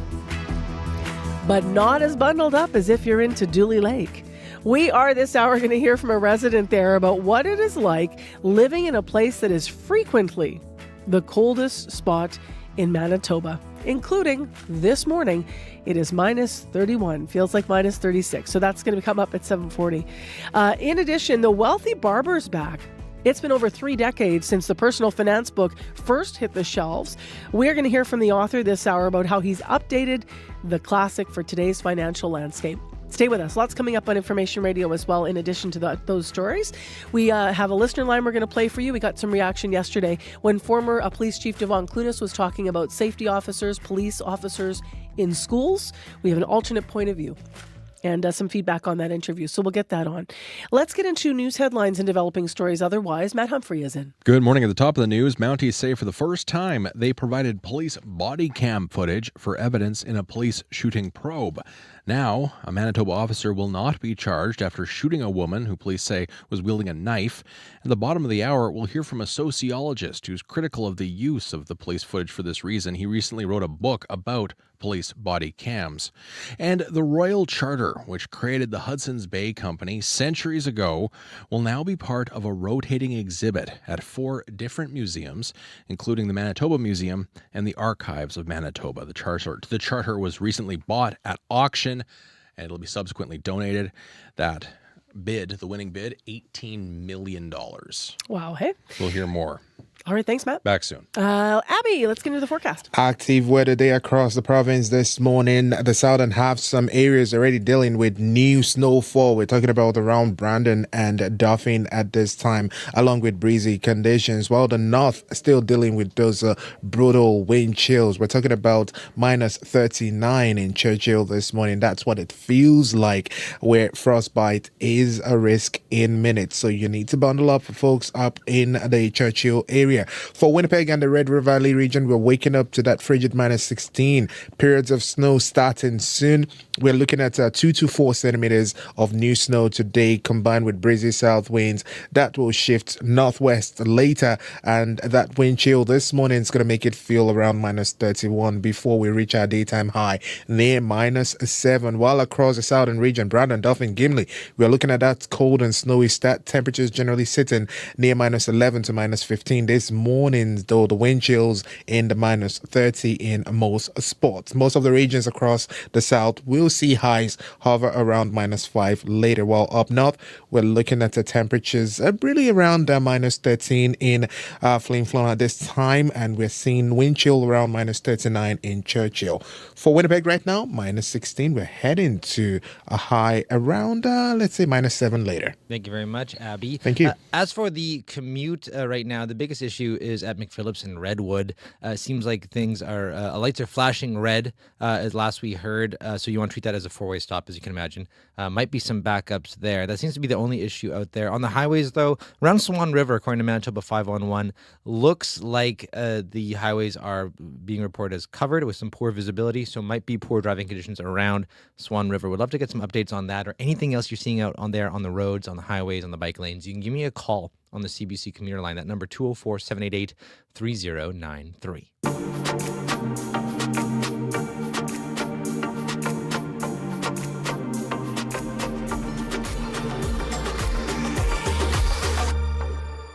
Well, it's been more than 3 decades since The Wealthy Barber became a must-read for average people looking to learn more about managing their own money. One of the basic ideas in that book, $1 saved is $2 earned. But the world has changed since it was first published. That's why its author, David Chilton, decided it was time for a refresh. He's written a fully updated version for the next generation. And you might also know Chilton through his various TV appearances, including a long-running investor on CBC's Dragon Den. He spoke with me yesterday. Good morning. Good morning. Thank you so much for having me on. So this is your second pass now at helping people with financial literacy. How do you keep it interesting? Like money, money, is it changing? Like, how does that work? It's changing for sure. And I try to keep it interesting using that same formula, you know, the novel format with the humor and the examples that truly resonate with people. Even the writing process is a big part of that. I test everything with people in the target demographic. It means that the writing process is long. The editors pull their hair out, but I think that's why the book ends up where it draws people in. They can relate to the characters. For example, the narrator says very openly, I hate finance, I hate math. So people think, hey, that's me, and they can learn along with him and the other characters on the journey. So for whatever reason, the formula, my only really good idea in my life, to be honest, has really continued to resonate. I'm very lucky. And why did you feel like you needed to update the book after 3 decades? Well, don't laugh, but I mean, I'm very old. If I didn't update it now, it was never going to happen. I could be gone. But I think a bigger reason is that my kids' friends and my friends' kids were asking me a ton of questions. It's tough out there.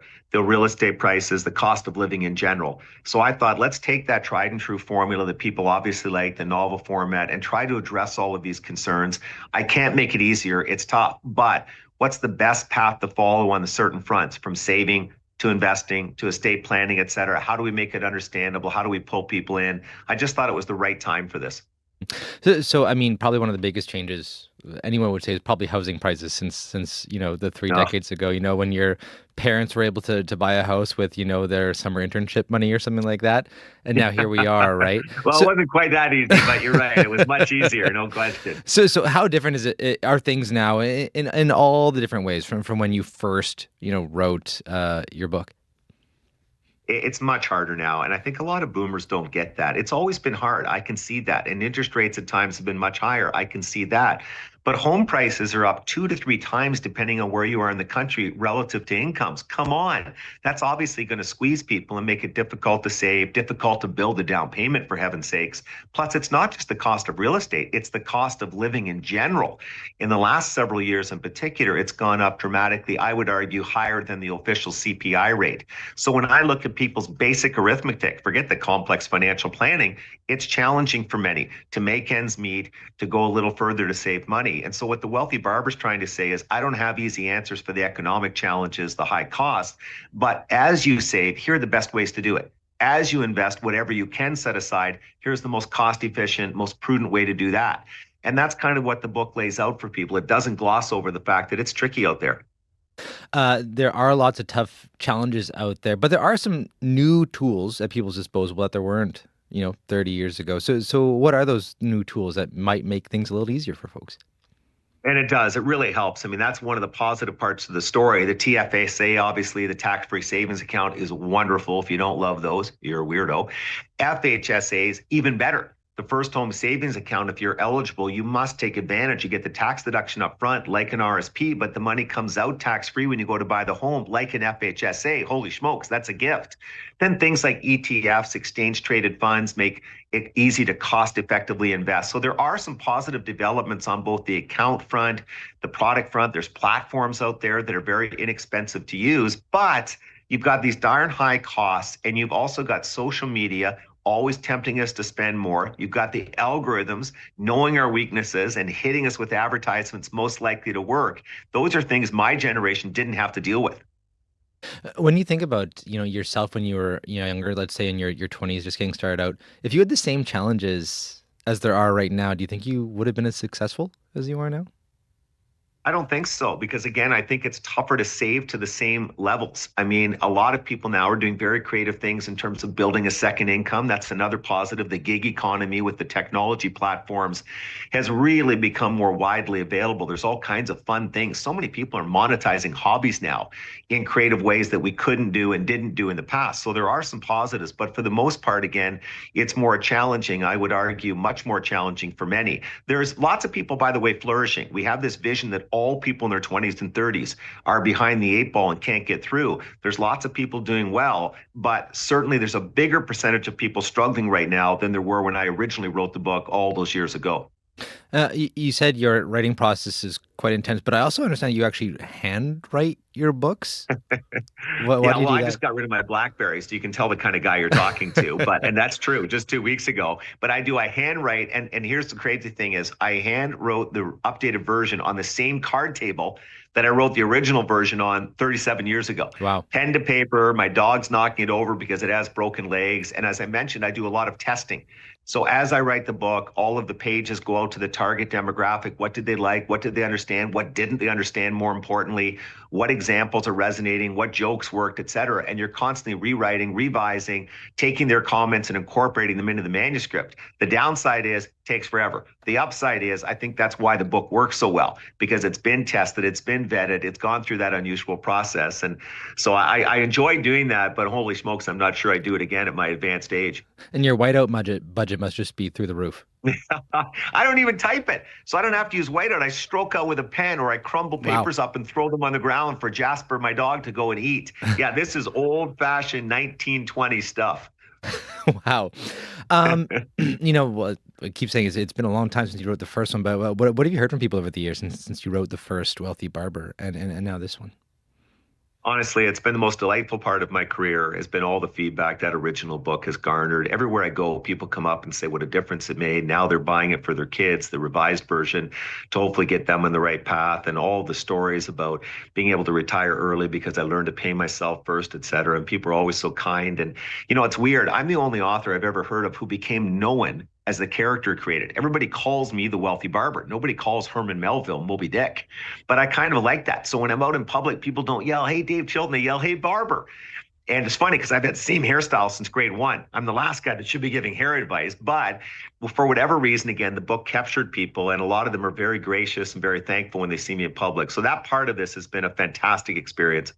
And I know you want people to buy the book, obviously, to get advice. But I mean, before we leave, could you just leave us with, one piece of advice if someone asks you, like you said, your son's friends say, like, Dave, like, what do I do? What would you say? What's your advice?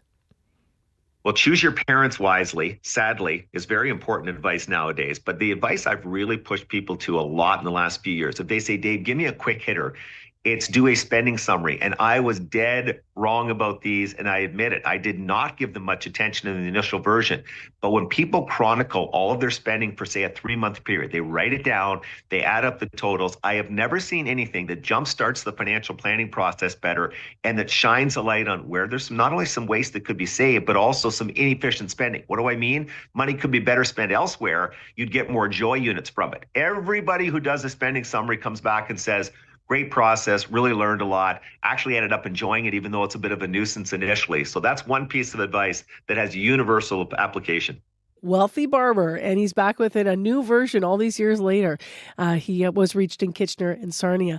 It is 7:22 a.m. on 89.3 FM, 9:90 a.m. on the app and on YouTube. Well, if you do a review of your spending and you find that you have a portion of money to give, we hope you might consider joining us tomorrow. Either way, tomorrow we come together to make the season kind. CBC Manitoba, again, supporting Harvest Manitoba and its member agencies as part of our campaign. We're encouraging you to visit cbc.ca/kindmb and also just to listen to our special day of live programming from 6 a.m. when we're on the air tomorrow right through 7 p.m. All of our shows will be dedicated to sharing the stories about Harvest, about your friends, about your neighbors, about your fellow Manitobans who are maybe going to work and then also needing the food bank. That's one of the new stats that's up this year. There's a whole bunch of changes in terms of the need in our community in Manitoba. Harvest just put out their latest report. So tomorrow we'll come together to make the season kind. This has become kind of a theme song, actually, for the effort across CBC and across the country. Here's Serena Ryder and What I Wouldn't Do.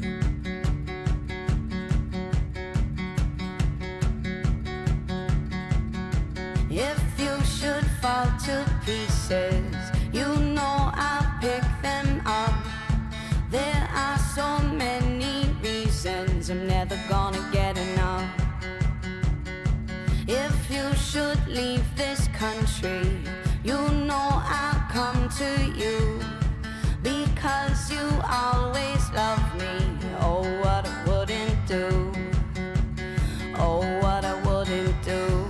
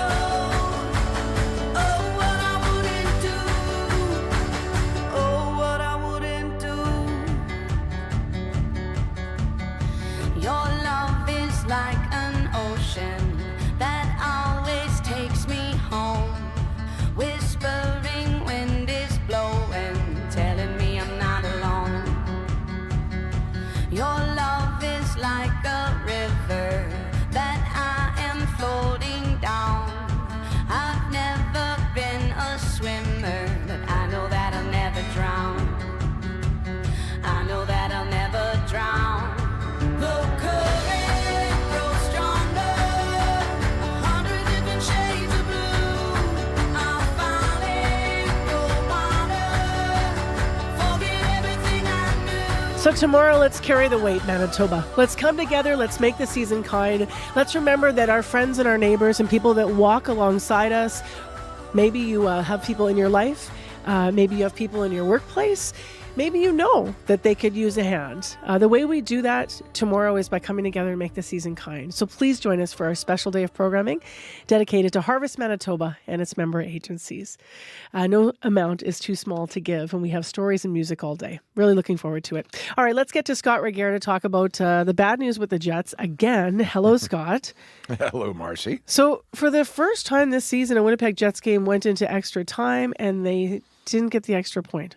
Unfortunately not. 3-2 shootout loss in Montreal last night, Marcy. Despite the relatively low score, it was a back-and-forth affair, pretty entertaining. A game where the goaltenders shone for sure. Eric Comrie for the Jets and Jakub Dobish for the Habs. They both made 29 saves. Winnipeg coach Scott Arniel says his team as a whole, though, played quite well. Certainly much better than the last time out, that bad loss to a bad team in the Buffalo Sabres. That was night and day different than the other night. Our compete level, our execution, that was a battle of two good goaltenders. Dolish and Comrie, both goaltenders made some big stops, and there was a lot of different looks for each team. And at the end of the day, I'm happy how I would like the 2 points, but I'm happy with our effort. Despite last night's single point, the Jets are still outside of a playoff spot and have won just once in the 7 games since Connor Hellebuck went out injured. They are home to the aforementioned Buffalo Sabres tomorrow night. Staying with hockey, there are growing concerns for the NHL ahead of the return to the Olympics, right? Yeah, and those concerns surround the state of readiness, Marcy, of the arena they're going to play in Milan. A test event this month for the newly built rink has been canceled because organizers are behind schedule. Those organizers also dropped the nugget this week that the rink's going to be 4 feet shorter than it was supposed to be, 4 feet shorter than what we see in the NHL and in past Olympics.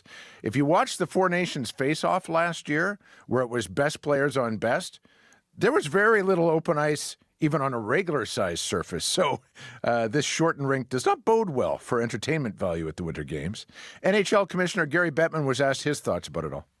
We constantly get reassurances from the IOC and the IIHF that everything will be fine. There's still work ongoing on the rinks and the ice conditions. It's something that we're monitoring closely and we have absolutely no control over. As I repeatedly say, we're simply invited guests. For the NHL, Marcy, which of course hasn't allowed its players to compete at an Olympics since the Sochi Games, this is a bit of a nightmare scenario. Why bother being involved at all, I'm sure, is a narrative behind the scenes if they're not going to be prepared. But it is the top women's players in the world that face a trickier predicament. Their tournament at the Olympics begins before the men's, so they're going to be the guinea pigs for this newly constructed rink. Over to soccer before you go. More details are being shared about tomorrow's World Cup draw. What can you tell us today? There will be lots of star power. Musically, guests are going to range from Andrea Bocelli to Robbie Williams and the Village People. Politically, the leaders of the 3 tournament co-hosts, Mark Carney, Mexico's Claudia Sheinbaum, and the U.S. President Donald Trump will all be there. Only one of them, though, is thought to be a candidate for FIFA's first ever Peace Prize. Trump is widely expected to receive it, with his good friend, FIFA head Gianni Infantino, awarding it to him. That is a problem for many, including Human Rights Watch, which says it has reached out to FIFA to see what the criteria for the award is and who is being considered for it, but has received no response back from soccer's world governing body. All right, Scott, thank you. You betcha. That is tomorrow. We'll have more details on that. That's Scott Regehr today, though, with your news in sports. I'm Marcy Marcusa. Thanks for being with us in the Wednesday morning show here on CBC Information Radio, 89.3 FM, 990 AM on the app and YouTube. Just before we go to news here, we got calls just coming in from Tyler and James on the commuter line. Northbound Kenniston before Grant, there's a stalled car in the right lane and there's some backups building there. 788-3093. The news is next. This is CBC News. At 7:30, we're at minus 15 degrees with partly cloudy skies over downtown Winnipeg. Good morning. I'm Matt Humphrey. A Manitoba Mountie won't be charged after he shot a woman who police say came at him with a knife. The decision came after an investigation by Manitoba's police watchdog that included a review of the officer's body cam footage. RCMP say it's the first time they handed over this kind of evidence for a police shooting probe. But sociology professor Chris Schneider is cautious about the use of the footage. We, the public, are still not provided with any of this visual footage that is noted in the IIU report. Typically, oversight agencies and also police do not release visual documentation of their findings, all of which then suggests that we, the public, still must take the police and the oversight agency at their word. Manitoba Mounties say the body cam footage is available to be seen through an access to information request. The Winnipeg Parking Authority is floating the idea of having people tattle on drivers who park illegally. Next week, the authority is pitching the idea to City Hall, saying it wants to, quote, explore a photo-based public reporting system for parking violations. In other words, having members of the public take photos of parking violations and submitting them. Councillor Janice Lukes is the chair of the Public Works Committee. She's not a fan of the idea. No, I'm not. I'm not supportive of that. If it's residents taking photos of a residents in violation and submitting them, I just see that as a recipe for disaster. Luke says she wants to hear from the parking authority about how it would work and whether it's been done in other jurisdictions, but she admits she's skeptical. Nearly 7,500. That's how many discarded needles City of Winnipeg workers picked up in public parks between April and October. The number of recovered syringes was shocking to Daniel Hidalgo, who runs the outreach group Community 204. They do their own needle cleanups twice a week. Oftentimes, a lot of the grassroots organizations kind of find these things first, and we're just kind of left to our own ways of dealing with it. So I'm relieved that the city is supportive of this, and they're becoming cognizant of the fact that this is becoming an increased issue. The city program looks after 16 parks with plans to add 6 more. Along with needles, the crews found hundreds of bags of drugs, drug pipes, and dozens of improvised weapons like knives and crowbars. A safety watchdog says children on Manitoba school buses may actually be safer without seatbelts. And this runs counter to the reasoning of the provincial Progressive Conservatives. The official opposition has introduced legislation that would require all newly built school buses to include 3-point seatbelts. Lewis Smith is the manager of national projects at the Canada Safety Council. He says recent pilot projects suggest seatbelts come with certain risks. Younger children have a harder time putting them on. The compliance rate is difficult for a bus driver alone to enforce. And of course, the whole evacuation piece. If something were to happen on a bus, it was demonstrated repeatedly through exercises that it took longer for people who were belted in to evacuate a school bus than it would if they were not. Smith says school buses have an exceptional safety record, with only 1 fatality across the country over the past decade. Manitobans who are deaf or hard of hearing say they're finally being included at the legislature. The government has introduced the Sign Languages Recognition Act. Doug Momatiuk is with the Manitoba Deaf Association. He spoke at the Ledge yesterday through an interpreter. Deaf people are typically the last people to get the information that others already have. So for any announcements, emergency announcements, government broadcasts, any kinds of presentations, those sorts of things are not accessible or have not been accessible or in a very limited way. The government hopes to have live sign language interpretation in place for question period and standing committee meetings in the spring. And finally, the fate of a foundational piece of Manitoba's and indeed Canada's history has been decided. The Royal Charter, which created the Hudson's Bay Company 355 years ago, was won at auction by the Thompson and Weston families. Together, they made an uncontested $18 million bid. Now they've committed to donating the document permanently to a group of 4 museums, part of a rotating exhibit. Dorota Blumchenska is the head of the Manitoba Museum. We recognize that it's a tremendous honor, but also a profound responsibility to be one of the co-custodians of the Royal Charter.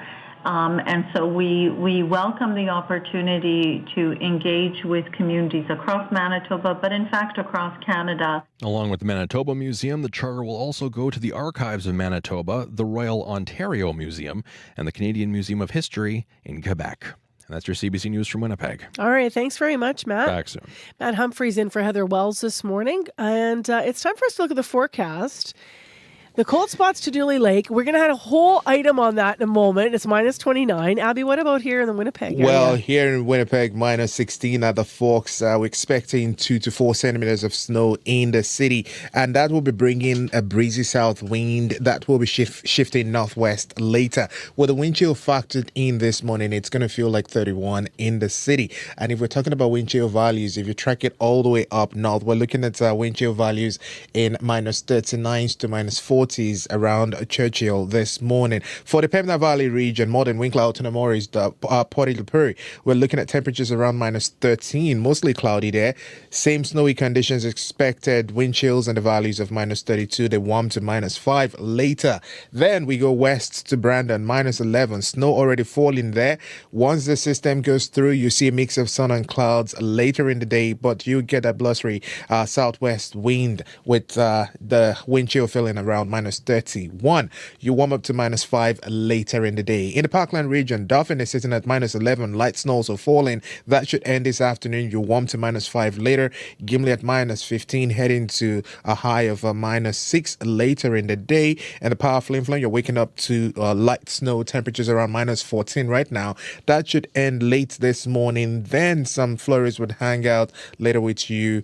You just see temperatures get to minus 13. For Thompson, minus 20 with light snow before a mix of sun and clouds develop later in the day. Highs around minus 16. While further north in Churchill, towards the York region, we're looking at temperatures around minus 29. Some areas seeing minus 30 this morning. Ice crystals in that part of the province. Expecting mainly sunny day, but a gusty northwest wind will be factoring in that wind chill, making it feel like minus 39 this morning. So it's more like an active weather day across the province this morning, Marcy. Snow, strong winds, bitter cold.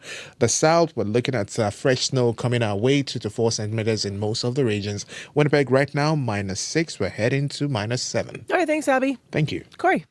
Right now, a couple things to keep an eye out for. Got a call from both Tyler and James. Stalled car northbound Route 90 just before Grant. It's in the right lane. And they said backups are starting to build a little bit, so kind of keep left to get around that as well. All morning, McPhillips and Redwood, lights have been flashing red, so treat that as a four-way stop. If you see something else going on out there, you can give me a call on the CBC commuter line. That number 204-788-3093. Well, once again, Dooley Lake is the coldest spot in our province this morning at minus 29, and it often is.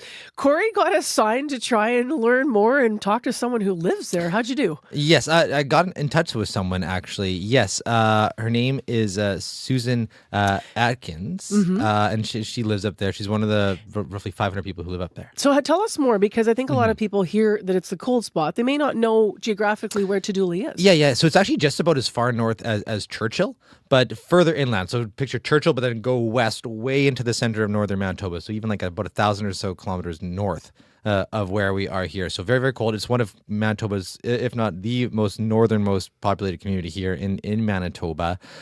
So yeah, we wanted to know more about what it's like living in there. And so it's about 500 people that live there. They're all members of the Sayasi Dene First Nation. And that's how Susan Atkins identifies. So I gave her a call Tuesday morning. I just asked her how cold it was in Dooley Lake that morning. With the windshield, I'd say minus 30, but I've seen colder.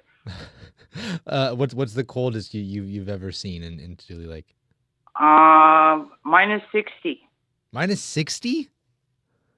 Yeah, where it was so hazy because it was so cold. It was like ice crystals in the air. Wow. Every single year, every winter, we are doing the weather on the radio and we say cold spot right now. More often than not, it's Dooley Lake. And that must be, is that something you're proud of, being kind of the constantly the coldest in Manitoba? Well, how would you put this? Us Northerners know how to handle it. Yeah, so tell me a little bit about, like, some people think, why stick around into Dooley Lake, somewhere that's always just so darn cold? Like, what do you love about the Dooley Lake? I love Dooley Lake for the land, for the caribou, for everything that, the Lord gave us.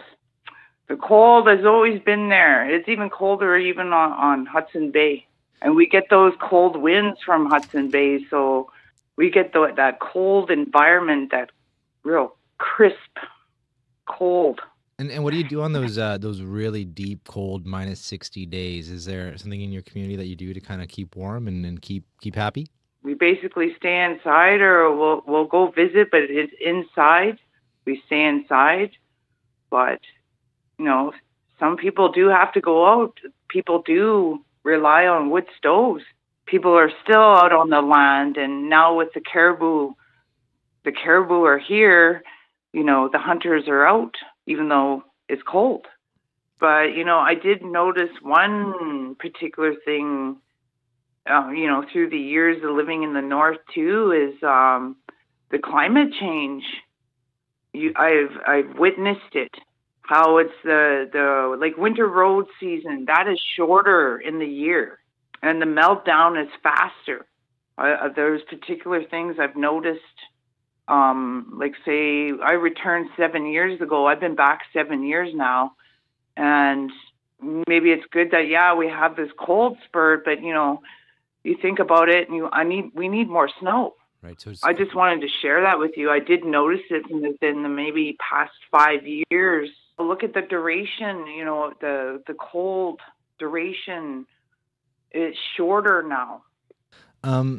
Is there anything else you want to add or wish I'd asked at all? This is interesting. Well, I wish everyone, safe holidays. It's Merry Christmas, so Merry Christmas to everybody from way up north. I would say it's going to be a cold one. Usually we get this kind of cold weather at the end of the month, so we've had it early this year. And it was great to see, to share, it was great to see the caribou, in the hundreds. Yeah. That's amazing. That's one thing I like about Tuduli. I love about home is, you could look out your window and, oh, wow. There's caribou just in the community right now. Yes, or near surrounding lakes, yes. Well, Susan, thanks for taking some time. Have a good one. Okay, thank you so much, sir. Yeah, you too, Kate. And Merry Christmas and Merci Cho. Yeah, Merry Christmas, Merci Cho. Yes, you too.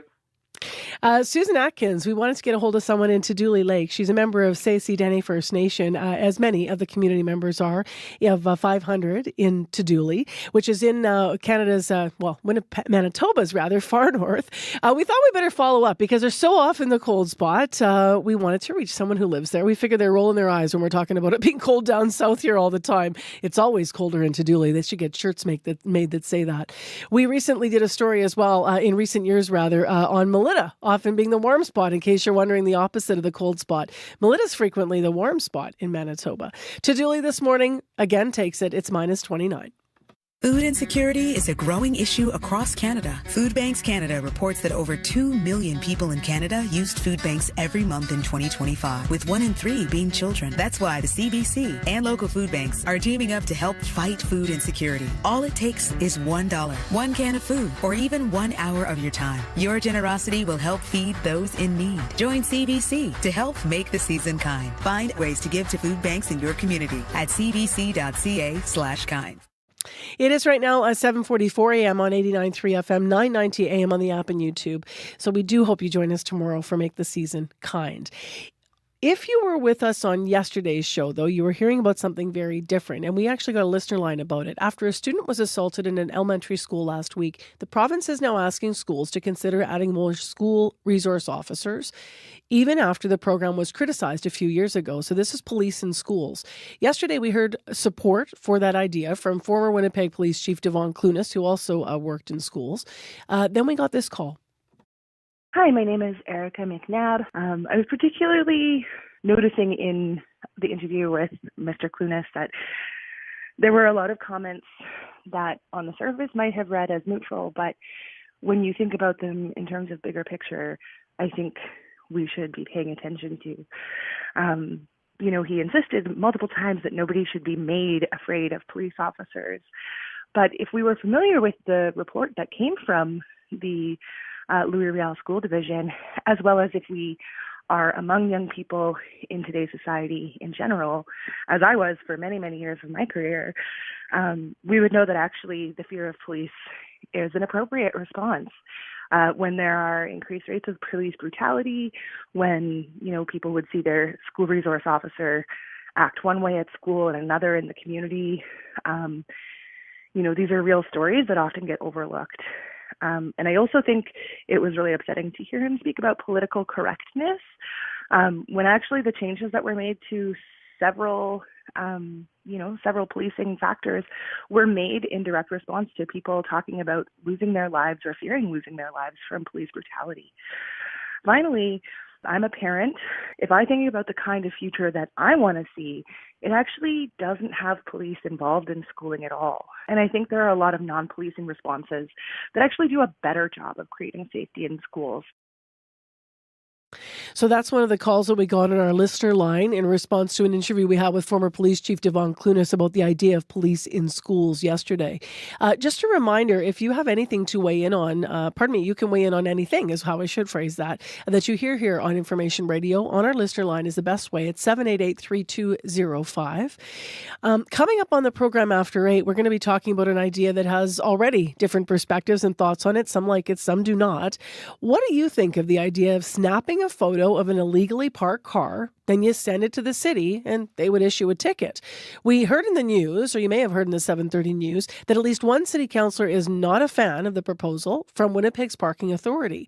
We will hear more after World Report, and you can weigh in now on that idea. 788-3205. Here's some music from Ethan Lyric.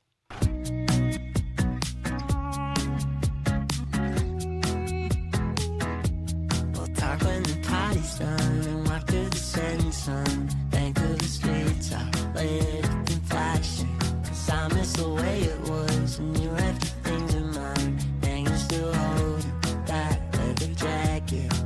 And I can't break down the way I feel about it. No, no, no. And I know I don't deserve you, but I'm waiting. 'Cause it happened. 'Cause I'm waiting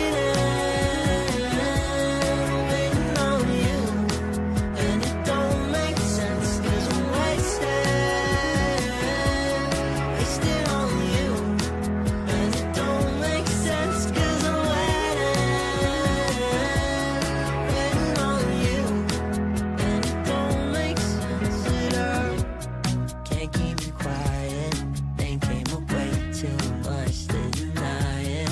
Friends wanna see your face, wanna forget it. All those words slipped out, but I meant it. And I can't break down the way I feel about it.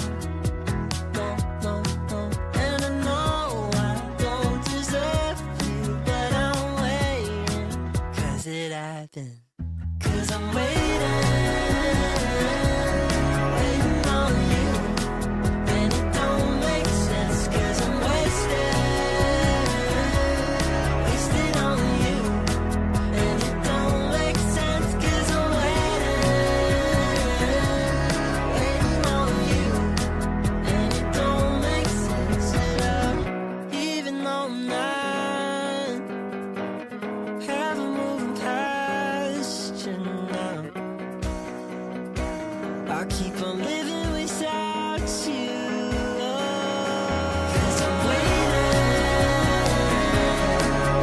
on you. And it don't make sense 'cause I'm wasted on you. And it don't make sense 'cause I'm waiting on you.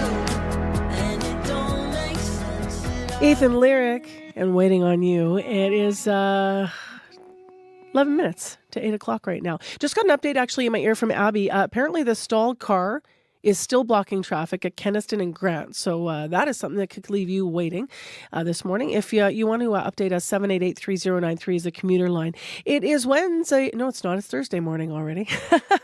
Losing track of the days here. Thursday morning, minus 15 in Winnipeg. Our high today is going to be right around minus 7, so a lot warmer than yesterday. But we're expecting a little bit of snow and really gusty winds. So take it easy out there. Dress to conditions, and also lots of exhaust fog. Still getting used to all that. Well, next, the Hudson's Bay Company, as you've been hearing in the news, the charter has new owners, pending court approval. Created more than 350 years ago, the charter was signed and sealed by King Charles II and gave the company rights to all of Manitoba, as well as large parts of Saskatchewan, Alberta, Nunavut, and Northern Ontario and Quebec. According to the deal, though, the Thompson and Weston families will purchase the charter now for $18 million. They will immediately donate the document to 4 institutions, including the Manitoba Museum and Archives of Manitoba. So the families will provide $5 million to preserve the document and provide consultation with Indigenous and First Nations groups on how to display it to the public. The sale still has to be approved by an Ontario court. That is expected to happen next week. But for a few minutes here, we got Dorota Blumchinska on with Zoom. She's the CEO of the Manitoba Museum. Good morning.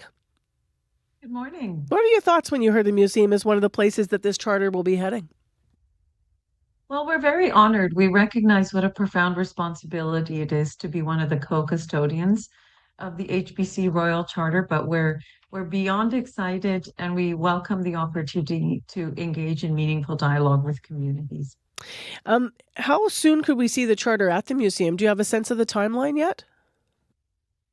Well, we know that once all of the legal proceedings are done, the charter will require a condition assessment, and we have to be thoughtful about what and how it can travel to maintain its safety and integrity.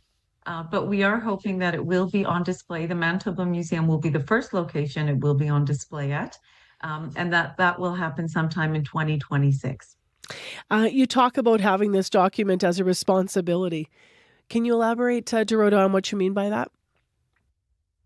Well, this is a very complex document. This is a document that irreversibly changed the course of history here on what we now call Canada.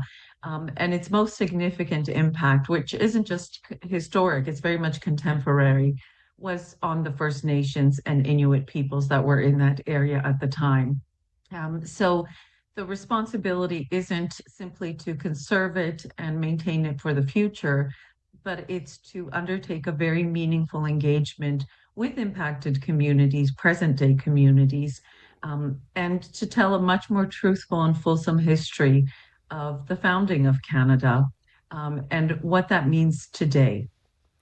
Do you know yet, how Indigenous and First Nations communities will be consulted for the exhibit? Like whether it will be in person or what the process might look like?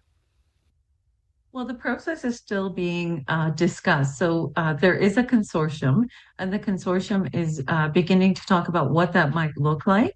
And then we will be consulting many First Nations, Inuit, and Métis groups from all across Canada, coast to coast to coast, to determine a process that is in accordance with Indigenous protocols.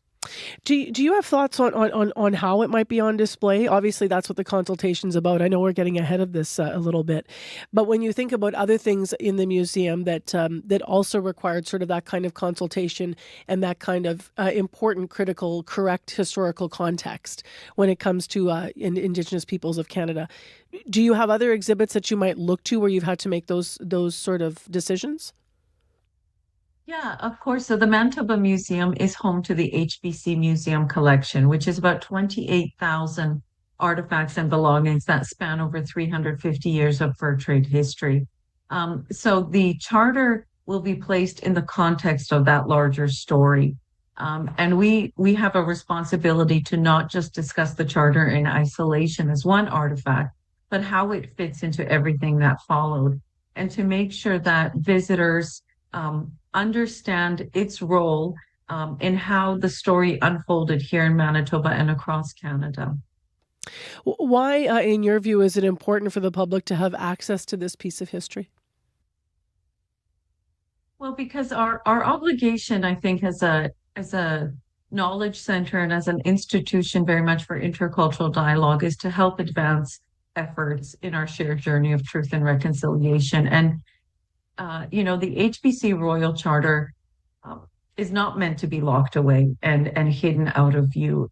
We have to be in conversation with the Charter and one another. We have to understand, again, its contemporary implications. We have an obligation to bring it to life and make sure that we're doing the best that we can to serve communities of today, increasing our shared understanding of the ramifications of this document. Thank you for being with us this morning. Thank you so much. That's Dorota Blumchinska with us live via Zoom.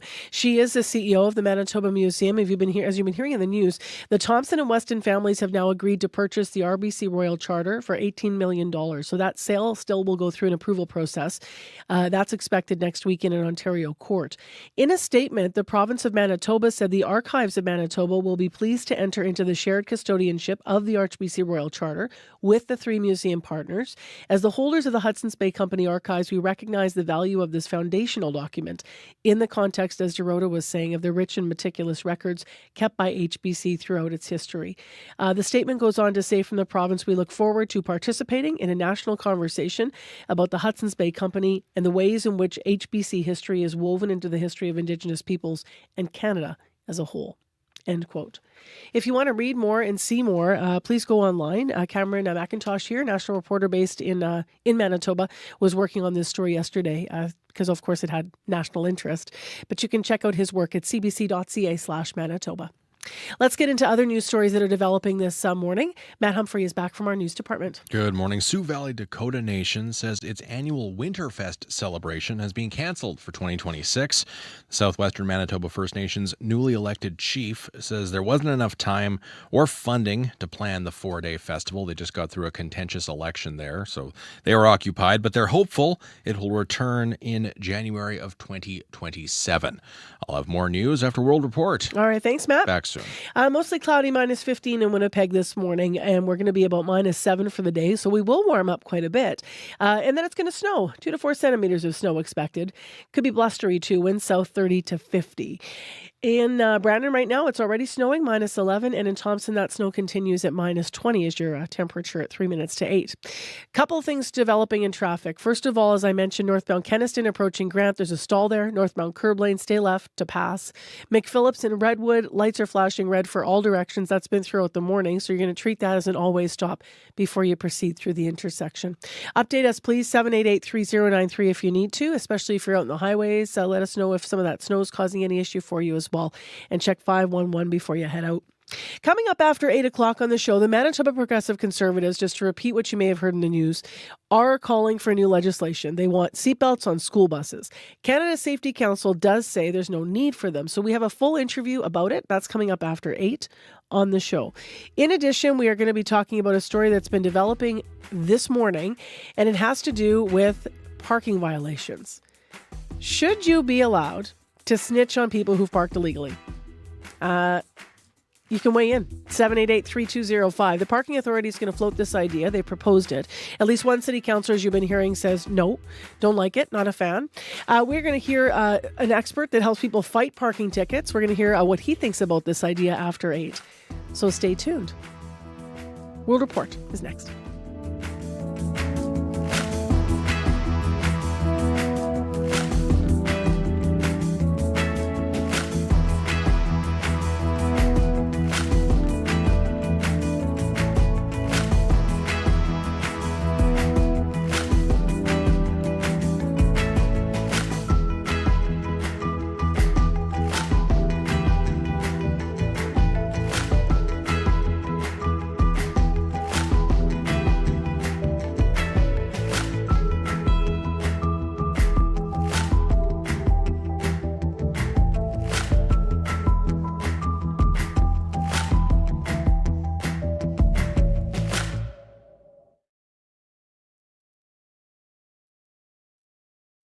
On cue. When he was just a kid, the award-winning author Dave Pilkey started drawing cartoons like The Adventures of Captain Underpants and Dog Man. They ended up being his life's work. Dave will be here to talk about the massive success of his books and why he writes for kids who had the same struggles he did growing up. Graphic novels are a great way to introduce reading to kids. Q with Tom Power this morning at 10:30 in Newfoundland, and on CBC Listen or wherever you get your podcasts.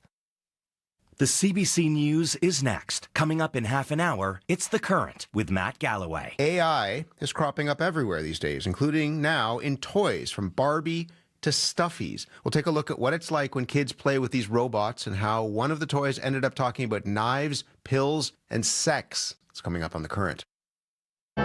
This is World Report. Good morning. I'm Marcia Young. Canada's food price report is out and it predicts 2026 will be another year of high grocery bills. The report involves 10 universities across Canada. And after factoring in supply chain, climate, and geopolitical factors, they say food prices will rise again next year. Nisha Patel reports. Please place item in the bagging area. Inflation continues to take a bite out of budgets, especially at the grocery store. Now researchers forecast food prices will jump 4 to 6% in 2026. The cost of meat could see the biggest hike, as much as 7%. We're expecting another difficult year due to beef prices, and because people are pivoting towards chicken, chicken prices are also on the rise. Sylvain Charlebois is a professor at Dalhousie University in Halifax. He says a lot of cattle ranchers are leaving the industry, and that's impacting inventory. Climate change is having a significant impact too, especially on products like coffee and cocoa. So that's not going to stop. So we need to think about how to make our supply chain more resilient, from farm gate to store. A family of 4 is expected to spend $17,600 on food in 2026, almost $1,000 more than this year. As Sabra Al-Harthi shops for her groceries in Toronto, she says she'll have to make some adjustments. Well, maybe change diet. I think I might just cut off the meat a little bit, make it a weekend thing. As the cost of food has soared 27% over the past 5 years, she's looking for a little relief. The prices are up, the rent is up, but the paycheck is still the same. When it comes to food, she says there's only so much you can cut back. Nisha Patel, CBC News, Toronto.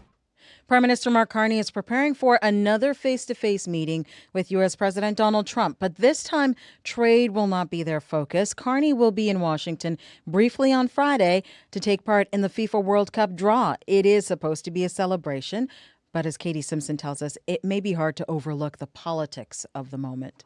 Mexico and Canada have taken advantage of the United States. U.S. President Donald Trump is once again casually floating the idea of abandoning CUSMA, the three-way trading deal with Canada and Mexico that he personally negotiated. It expires in about a year, and we'll either let it expire or we'll maybe work out another deal with Mexico and Canada. While Trump's framing is off, the deal doesn't expire. His sentiment underscores the tension in the relationship, tension that will be put on the back burner during Prime Minister Mark Carney's brief visit to Washington Friday. 2 senior Canadian government sources say there is little to no expectation of any sort of trade talk breakthrough and that Carney will focus on the FIFA celebrations. He will be on stage with Trump and Mexico's President Claudia Sheinbaum for at least 2 hours during the FIFA World Cup draw. While one source says there is an expectation Carney and Trump will find a moment to chat privately, both sources emphasized this is a FIFA event. I'm actually not optimistic we're going to come out of Friday with the talks resuming. Brian Clow, the former deputy chief of staff to Prime Minister Justin Trudeau, says Trump likes his tariffs, and that's part of the reason why it's so hard for Canada to get the talks back on track. Katie Simpson, CBC News, Washington. Ukraine's lead negotiator is preparing for a high-stakes meeting in Miami today. Rustem Umerov will sit down with U.S. envoy Steve Witkoff and Jared Kushner, U.S. President Donald Trump's son-in-law. This next round of talks is part of Trump's push for peace in Ukraine. Witkoff and Kushner met with Russian President Vladimir Putin 2 days ago. Today, Putin is calling that meeting very useful. There are more allegations of ceasefire violations in Gaza today. Officials say 5 people, including 2 children, were killed in Israeli airstrikes near Khan Yunis. Israel says it was in retaliation for an attack that injured 5 of its soldiers. Tom Perry has more. Flames leap high into the night at a sprawling tent city near Khan Yunis in Gaza. A line of men ferries buckets of water to try to douse the stubborn fire, as ambulances carry burned and bandaged victims to hospital. Israel says it was targeting a Hamas terrorist in retaliation for what it calls a blatant ceasefire violation, an attack that injured 5 Israeli soldiers, one seriously, near Rafah. Sifting through charred rubble, Jihad Samir Al-Arja wonders when the violence will end. Where are those who sought a ceasefire, he asks. There's nothing. We do not see a ceasefire. We do not see calm in Gaza. This latest bloodshed comes as Hamas turned over the remains of one of the last hostages held in Gaza, 42-year-old Suntias Grintalak, a Thai farm worker killed in the October 7th attacks, leaving just one hostage, Israeli police officer Ran Gavili, who was killed in the attacks and whose body is still missing. Tom Perry, CBC News, Jerusalem. Social media giant Meta says it is beginning to remove access to its platforms for young Australians. A world-first ban on social media for kids under 16 goes into effect in the country next week. Tech companies will have to make sure children in Australia cannot set up accounts and that all existing ones are deactivated, or else they could face multi-million-dollar fines. Phil Mercer reports. My daughter has come home and told me, oh my God, I can't believe they're doing this. They're taking away all of our rights to human interaction. Like many other Australian parents, Brittany Fontana is dealing with the fallout from the social media ban. They believe it's going to be the last time they can speak to each other in the longest time. So it's a very doomsday panic among teenage girls. From today, Meta, which owns Instagram and Facebook, will start closing accounts in Australia of users under the age of 16. Belinda Barnett from Swinburne University of Technology says teenagers will need to find new ways to stay in touch. You're going to need to transition to an alternative way of keeping in contact with friends after this point, and you can come back to your account when you're 16. Which social and gaming platforms are included? Facebook, Instagram, Threads, Snapchat, TikTok, YouTube, X, Reddit, Kik and Twitch are all going to be included. Prime Minister Anthony Albanese says young Australians need to be protected from cyberbullying, violent content and other online threats. Our social media ban is about making sure kids have a childhood. Social media companies say Australia's ban is difficult to implement and easy to circumvent. There are signs many under 16s are moving to other platforms that aren't covered by the new rules. Phil Mercer for CBC News, Sydney. A Prince Albert retiree is speaking out after falling victim to a cryptocurrency scam. It all started when he saw a fake news segment made with AI. Katie Swires has his story.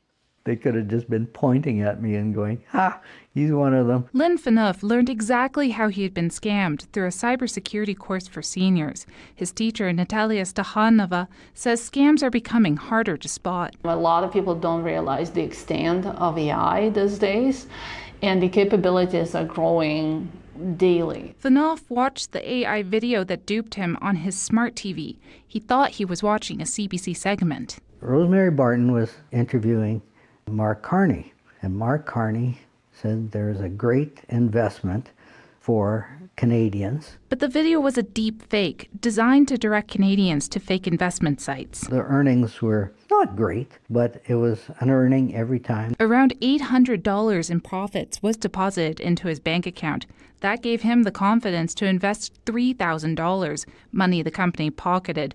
Researcher Matthew Levine monitors these types of online ads. He says social media companies are only reactively taking them down, and there are a lot of them. About 24% of Canadians said that they've encountered this. Phaneuf is now warning others. I didn't lose my life savings, but if somebody else can not lose anything, that would be good. Katie Swires, CBC News, Prince Albert.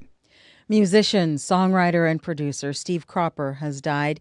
He co-wrote and played guitar on some of the most loved songs of the 60s and 70s, including this one. I'm gonna wait till the midnight hour. That's when my love comes tumbling down. Cropper also helped write Otis Redding's Sitting on the Dock of the Bay. He played with one of soul's great backing bands, Booker T and the MGs. He also joined the Blues Brothers in the late 70s and played on their cover of Soul Man. Sources close to the family say Cropper died overnight in Nashville. Steve Cropper was 84. Yes, I am. Oh, That is the latest national and international news from World Report. I'm Marcia Young.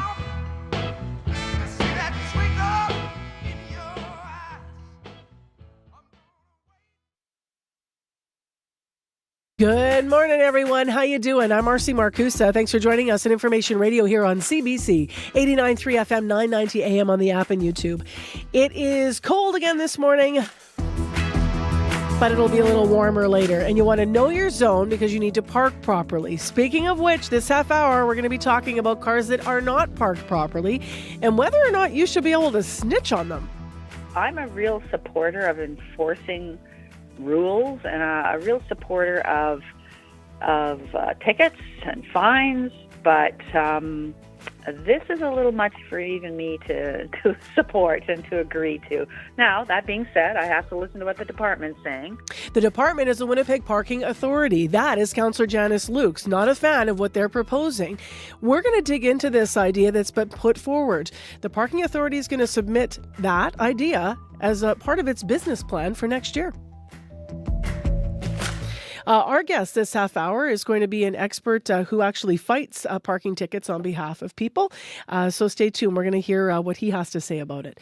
Right now, let's get into other news stories with Matt Humphrey. Good morning. At the top of the news, Mounties say for the first time in Canada, the new body cam footage being collected by officers was used in a police shooting investigation. The footage was handed over to the Manitoba Police Watchdog, and an officer won't be facing charges after shooting a woman police say was wielding a knife. But a local sociologist has concerns about how the footage was used. He literally wrote the book on the subject of police-worn body cameras. We'll hear from him at the bottom of the hour. And a private member's bill meant to enhance safety for Manitoba children riding in school buses isn't being received warmly by a safety expert. The progressive conservative legislation would require all new school buses built with 3-point seat belts. But the Canada Safety Council says children may be safer on buses without seat belts. We'll hear why at 8:30. All right. Thanks, Matt. Back soon. We actually have a full interview on that as well in moments. Abby, how's the weather now? Active weather day across the province today. If you're heading out, be ready for periods of snow if you're in the southern parts of the province, while up north you're dealing with those dangerous wind chill values around minus 39 in Churchill at this time. Winnipeg, we're still sitting at minus 16, depending on where you are in the city. Expect periods of snow this morning, climbing our daytime high to about minus 7 later today. And that's the condition across most regions in the south. But up north, we're seeing more snow there and lots of wind chill. Corey. A couple things to keep an eye out for. Eastbound Fermor, right at Westmount Beaver Hill there. Got a call from Ashley. Said there is a collision in the far left turning lane. Keep right to get around. There's fire trucks on scene, so keep right to get around that as well. All morning, McPhillips and Redwood lights have been flashing red. As you can imagine, that might cause some backups. As well, northbound Kenniston, just before Grant, there's been a stalled car in the far right lane. Keep left to get around that. Some backups, as you can imagine, are building from that. Got some calls from folks. If you see anything else you want to give me an update on, you can give me a call on the CBC commuter line. That number 204-788-3093.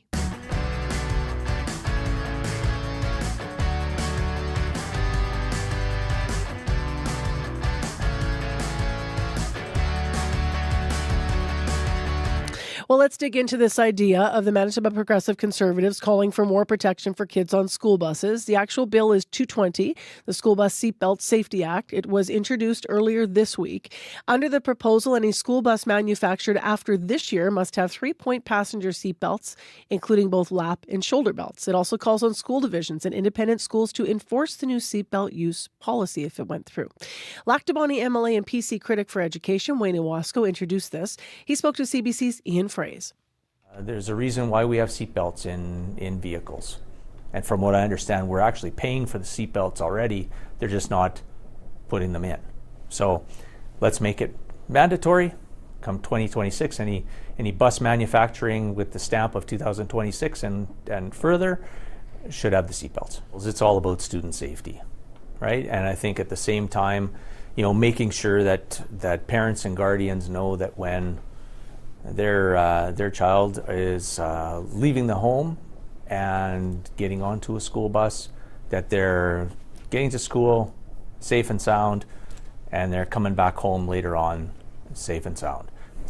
Is this elsewhere in other jurisdictions? If you look outside Canada, yes, are there laws? Yeah, in the United States, actually Texas has just put in a law to have seatbelts in their school buses.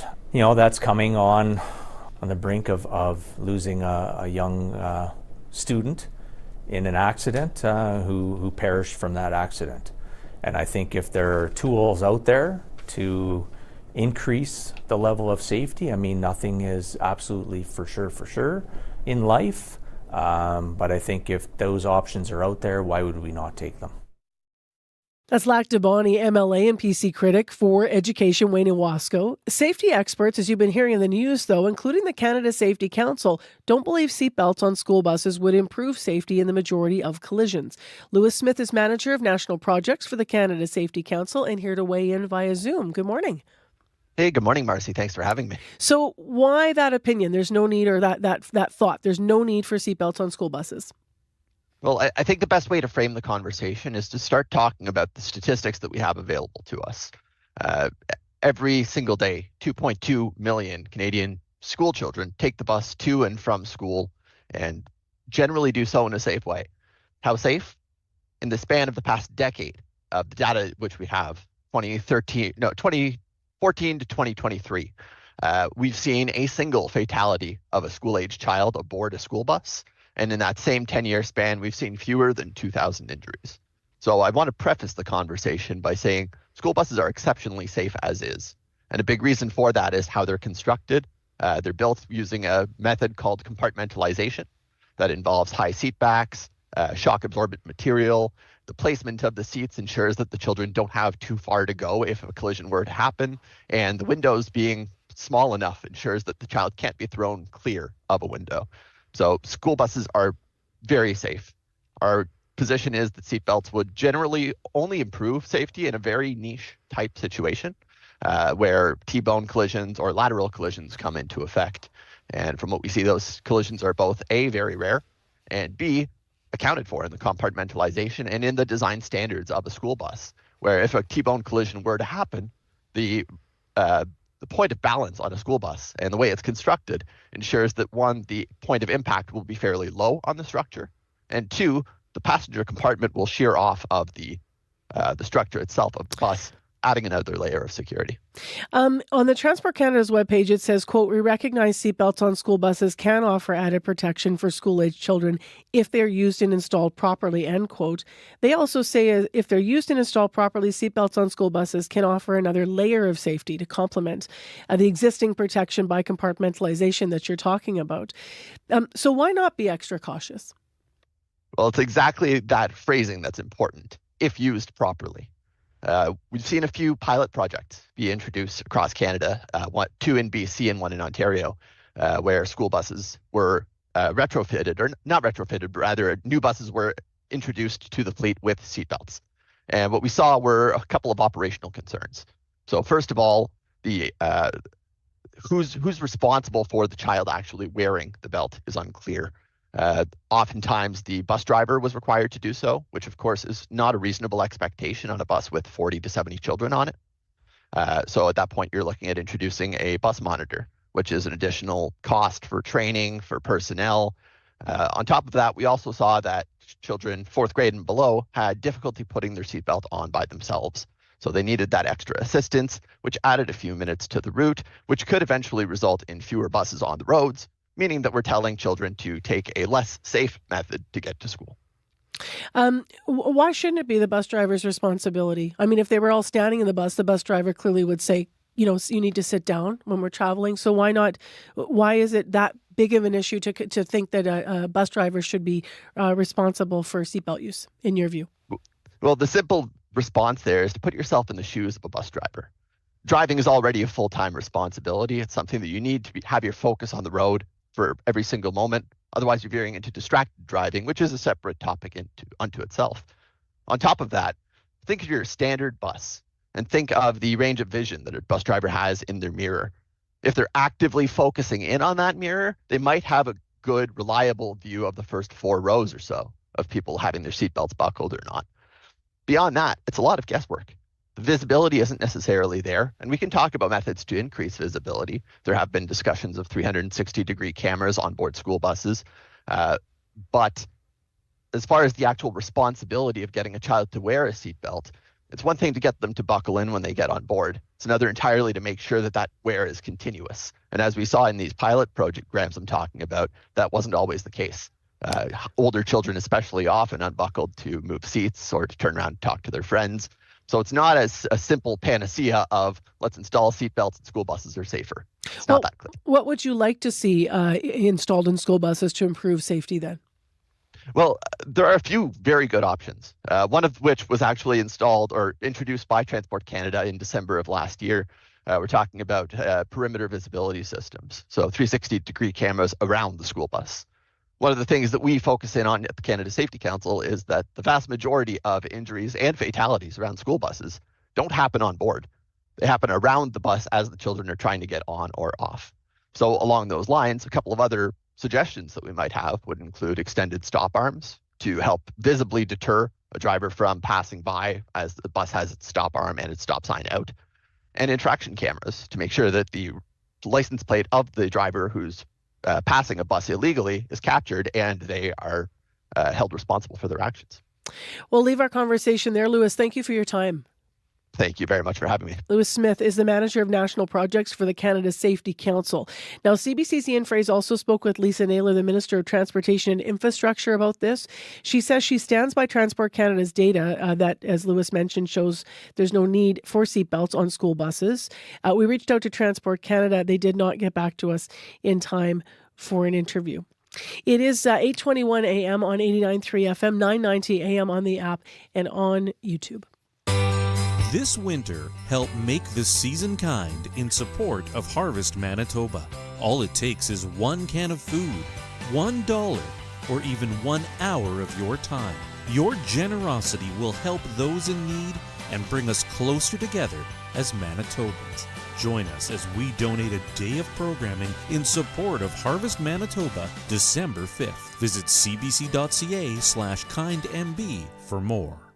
And you'll have to stay tuned to find out who our live bands are going to be tomorrow. Of course, music's such a big part of our storytelling through the day as well. So all morning long, as well as in the afternoon, Up to Speed's going to have a live audience of stakeholders. It's going to be watching the show as well. And there's something very special happening with a food truck and a chef, as you just heard, Mandel Hitzer, that's going to be involved in our day to make the season kind tomorrow. So you can check out details now at cbc.ca/Manitoba if you want to prepare, and we certainly hope you tune in.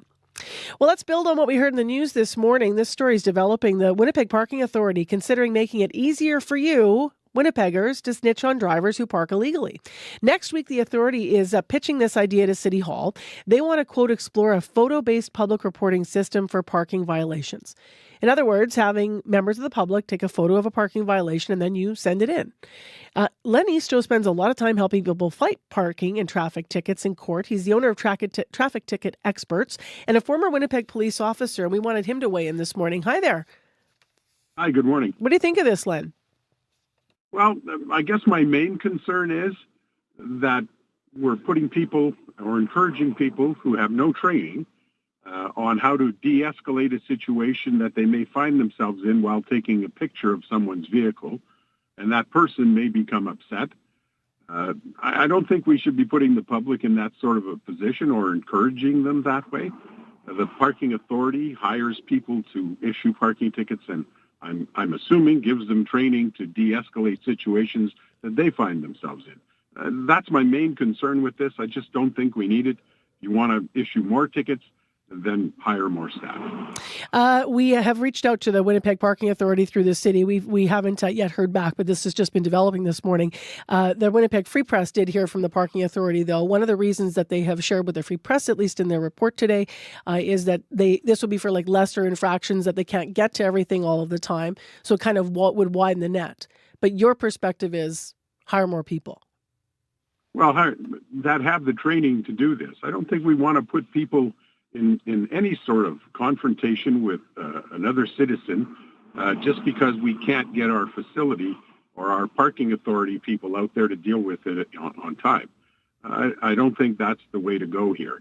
It's dangerous for people at times, and in today's society, that's not the route that we should be looking at. How could photo evidence from a citizen play out if someone did decide to challenge a parking ticket, and you're the one that took that initial photo that caused the enforcement? I'm sure the parking authority has a process for all of that. I don't exactly know, or whether there's actual legislation allowing them to do this, or whether that's going to be required. But there's certainly going to be some hoops they're going to have to jump through with this. And people, whether they take the picture, they may have to then justify down the road, whether it's through a court process or some sort of board that the parking authority uses to determine whether these tickets are legitimate or not. The city technically, I guess, already allows people to report and submit photos of illegally parked cars, but they do then require an investigator to physically follow up and verify. How often have you come across that situation in your work where the public was involved in submitting a photo at least? Yeah, I understand that. I don't do parking tickets per se for people. People generally just handle them themselves. So that process, I can't give you an idea of what that would all be because I don't handle them. All we do is the actual Highway Traffic Act tickets, like speeding, stop signs, red lights, that sort of thing. Got it. What concerns might AI pose in this conversation? Well, that's another big one, and and I don't know, quite frankly, much about AI other than what I've seen in the media. But if people can put together something that looks like something else, the parking authority better have something in place that deals with that to authenticate what these pictures are and make sure they're proper, because that opens up a whole other can of worms for people. All right, Len, thanks for weighing in. Anything else you wanted to say on this today? I think that should cover it. Thanks for having me on today. All right, take care. Developing story this morning, Len Eastoe, owner of Traffic Ticket Experts, former Winnipeg police officer, weighing in, saying he sees more problems than good coming from a proposal that has been put forward from the Winnipeg Parking Authority. We will hear more in the news. CBC, as I mentioned, did reach out to the city of Winnipeg, trying to hear from the Winnipeg Parking Authority. We didn't hear back yet, but by the end of the day, hopefully we'll be able to have that response on for you. Councillor Janice Lukes, though, has weighed in, and we will hear what she has to say about this proposed idea in your 8:30 news. If you want to weigh in, 788-3205. Need some laundry detergent? If you're in China, just stop off at the local Walmart. Feeling chilly? Wrap yourself up in a South Butt hoodie. And how did a copycat become the best-selling cookie in the world? Copycat Brands on Under the Influence with Terry O'Reilly, Thursday morning at 11:30, 3:30 p.m. in Newfoundland, and on the CBC Listen app. Let's thank some of the people that worked on our program this morning. Associate producers Sierra Sanders and Jenna Bedosso, as well from our news department, Alana Cole, Megan Ketchison, and Matt Humphrey. In our Studio 15 crew, Corey Funk, Abby Adeyemi, and Darren Marash. And our producers, Nellie Gonzalez produces all of our current affairs programs here on the radio at CBC Manitoba, as well as Leif Larson, who's the senior producer of audio here at CBC Manitoba. Well, speaking of all the shows, let's find out what's coming up on Radio Noon and the call-in portion of Marjorie Dalhouse's show. She's in studio now. Hi. Well, hi, Marcy. If you are someone who listens to Apple Music or Spotify, you probably received your list of music that you listened to in 2025. You talked about this with Crystal during the business report, news. Business report there. So people's rap list, top 10 list came out, and it's just exciting to talk about because a lot of the year-end recaps of our lives, what we consumed, what we did, coming out now. We want to hear from you. What was your song of 2025? Doesn't have to be a song from 2025. What did you listen to the most? Was there a song that really represented you? A song you just couldn't get enough of that represents the year for you? Give us a call and share it with us coming up on Radio Noon today after 12:30. I'm putting you on the spot, but have you thought about yours yet? Or are you going to share it at noon maybe? Well, I will say I have a child who's under 2. So actually, when I look back at what Spotify found, it actually found a lot of lullabies in my top 10. Yeah. I'm all about Golden from Demon Hunters. Oh, are you? Yeah, I bawl when I listen to that song. I love that song. Was that in your top 10? Was that your 2025 song? I'm not savvy enough to even have a list, Marge. I'm not that person. Everything I do, my husband is so savvy with tunes. Everything's vicariously through him. He has thousands and thousands and thousands. So I'm too lame to have a list. No, you're not, But Marcy. if they played a song, it would be Golden. That would be at the top of my Okay, list. that's So, Marcy's song there of you go. 2025. So weigh in and give us a call after 12:30 on Radio Noon. Thanks, Marge. Thanks, Marcy. Thanks for backing me up, too. Feeling good. Friends. Gotta have friends at work. Also, I want to mention before we go to the news here, one more time that tomorrow is a very special day when it comes to music and storytelling. All day long, make the season kind in support of Harvest Manitoba. So make sure you tune in, please. Your CBC News is next. This is CBC News. At 8:30, we're at minus 15 degrees with partly cloudy skies over downtown Winnipeg. Good morning. I'm Matt Humphrey. At the top of the news, remembering the 14 women who were killed 36 years ago because they were women. At the Manitoba Legislature, there was a sunrise ceremony this morning to stand against gender-based violence. This weekend is the 36th anniversary of the École Polytechnique massacre. A gunman walked into the school and shot the engineering students. Families Minister Nahanni Fontaine spoke at the gathering. She says it's time to stand up to violence against women and gender-diverse people. We deserve freedom. We deserve our liberation. We deserve a world where boyhood is not nurtured into entitlement, where manhood does not depend on domination, and where violence is not the cost of simply existing as a woman. Fontaine says the government is committed to confronting male violence and dismantling the systems that encourage it. Manitoba's police watchdog is not recommending charges against a Mountie who shot a woman. RCMP say in May, a woman walked into traffic on the Trans-Canada Highway near Brandon. Police say she was shot after approaching an officer with a knife, despite being told to stay back. The province's independent investigation unit cleared the officer. But sociology professor Chris Schneider is skeptical about the watchdog's review of the officer's body cam footage. It's discussed in this video context that the officer was trying to create distance so that the officer was not, the language in the report is forced to shoot her. Rather, the officer decided to shoot her. So this sort of language of forced to shoot her removes agency from the individual officer. RCMP say this is the first time body cam footage was given to the police watchdog for a shooting investigation. As you've been hearing, the chair of the Public Works Committee isn't sure about a proposal that could see members of the public submitting photos of people parking illegally. Next week, the Winnipeg Parking Authority will submit its business plan for next year. In it, it says it wants to explore, quote, photo-based public reporting of parking violations. Councillor Janice Lukes thinks this could be a recipe for disaster. I'm a real supporter of enforcing rules and a real supporter of tickets and fines, but this is a little much for even me to support and to agree to. Now, that being said, I have to listen to what the department's saying. Lukes has a number of questions about the logistics on how something like that could work, but she says people have a difficult enough time with parking already. Winnipeg first responders say a firefighter was hurt dealing with an apartment fire last night. The fire was in a 3-story vacant building along Woodrow Place. Crews got there around 8 last night and had the fire under control by around 9:15. Drivers are being asked to carefully drive in the area as water was used to fight the fire and has now frozen to the road. A national safety watchdog says fears about children riding on Manitoba school buses may be misplaced. This comes after the provincial PCs introduced legislation to require all newly built school buses to include 3-point belts. Lewis Smith is the manager of the national projects at the Canada Safety Council. He says 2.2 million Canadian children ride school buses every day. Yet over the past decade, there's only been 1 recorded fatality and fewer than 2,000 injuries. We believe that school buses are already very effective at keeping their passengers safe.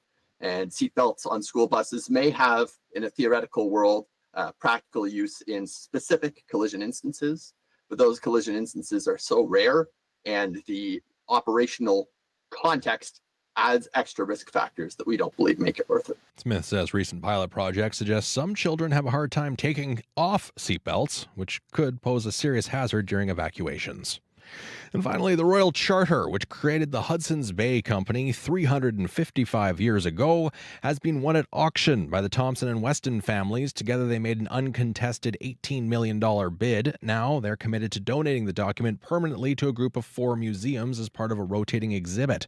Dorecha Blubchenska is head of the Manitoba Museum. She says a court is expected to approve the sale on December 11th, and then they'll be looking at next steps. One of the most important things will likely be getting an updated full condition assessment of the charter to understand, its present day kind of wear and tear. And then that will help us determine, its travelability, when that might occur, and steps beyond that. Along with the Manitoba Museum, the charter will also go to the Archives of Manitoba, the Royal Ontario Museum, and the Canadian Museum of History in Quebec. And that's your CBC News from Winnipeg. Thanks, Matt. Thanks for the morning, Mars. You as well. All right, this is just in, so it's kind of fun here, Corey. CBC Music's list of top 100 songs from 2025 was released. Oh. And on the list from Manitoba included Boy Golden for Suffer, Leith Ross, Grieving, and William Prince on Rolls the Wheel, as well as Justice Sky, Grieving. Sorry, I got one of the names wrong there. But those are the artists. Great. So 4 of them on the list. Very cool. Very cool. Anything to say before we go this morning? Northbound Keniston, just before Grant, there's been a stalled car in the far right-hand lane, so look out for that, as well as McPhillips and Redwood. Lights been flashing red all morning. All right, thanks. Thank you. And Abby gets the final word. Yeah, the wind chill is something you need to deal with this morning. Up north, it's pretty cold there, while down south, we're seeing wind chills in the valleys around minus 31. But the southern part of the province, we're seeing temperatures between minus 10 and minus 16, warming up close to minus 5 later, while up north, we're going to see temperatures only get to about minus 13, but we're at minus 16 right now in Winnipeg. All right, thanks, Abby. Thank you. Well, tomorrow we're going to learn how hunger has changed in our community. The report from Harvest Manitoba is out this week, looking at some of the statistical data, and then we're going to come together to make the season kind. We hope you join us for our special day of programming. It starts in the morning with us on Information Radio and some live music and storytelling. Take care, be well. We'll talk to you tomorrow right here on CBC 89.3 FM. The Current's next.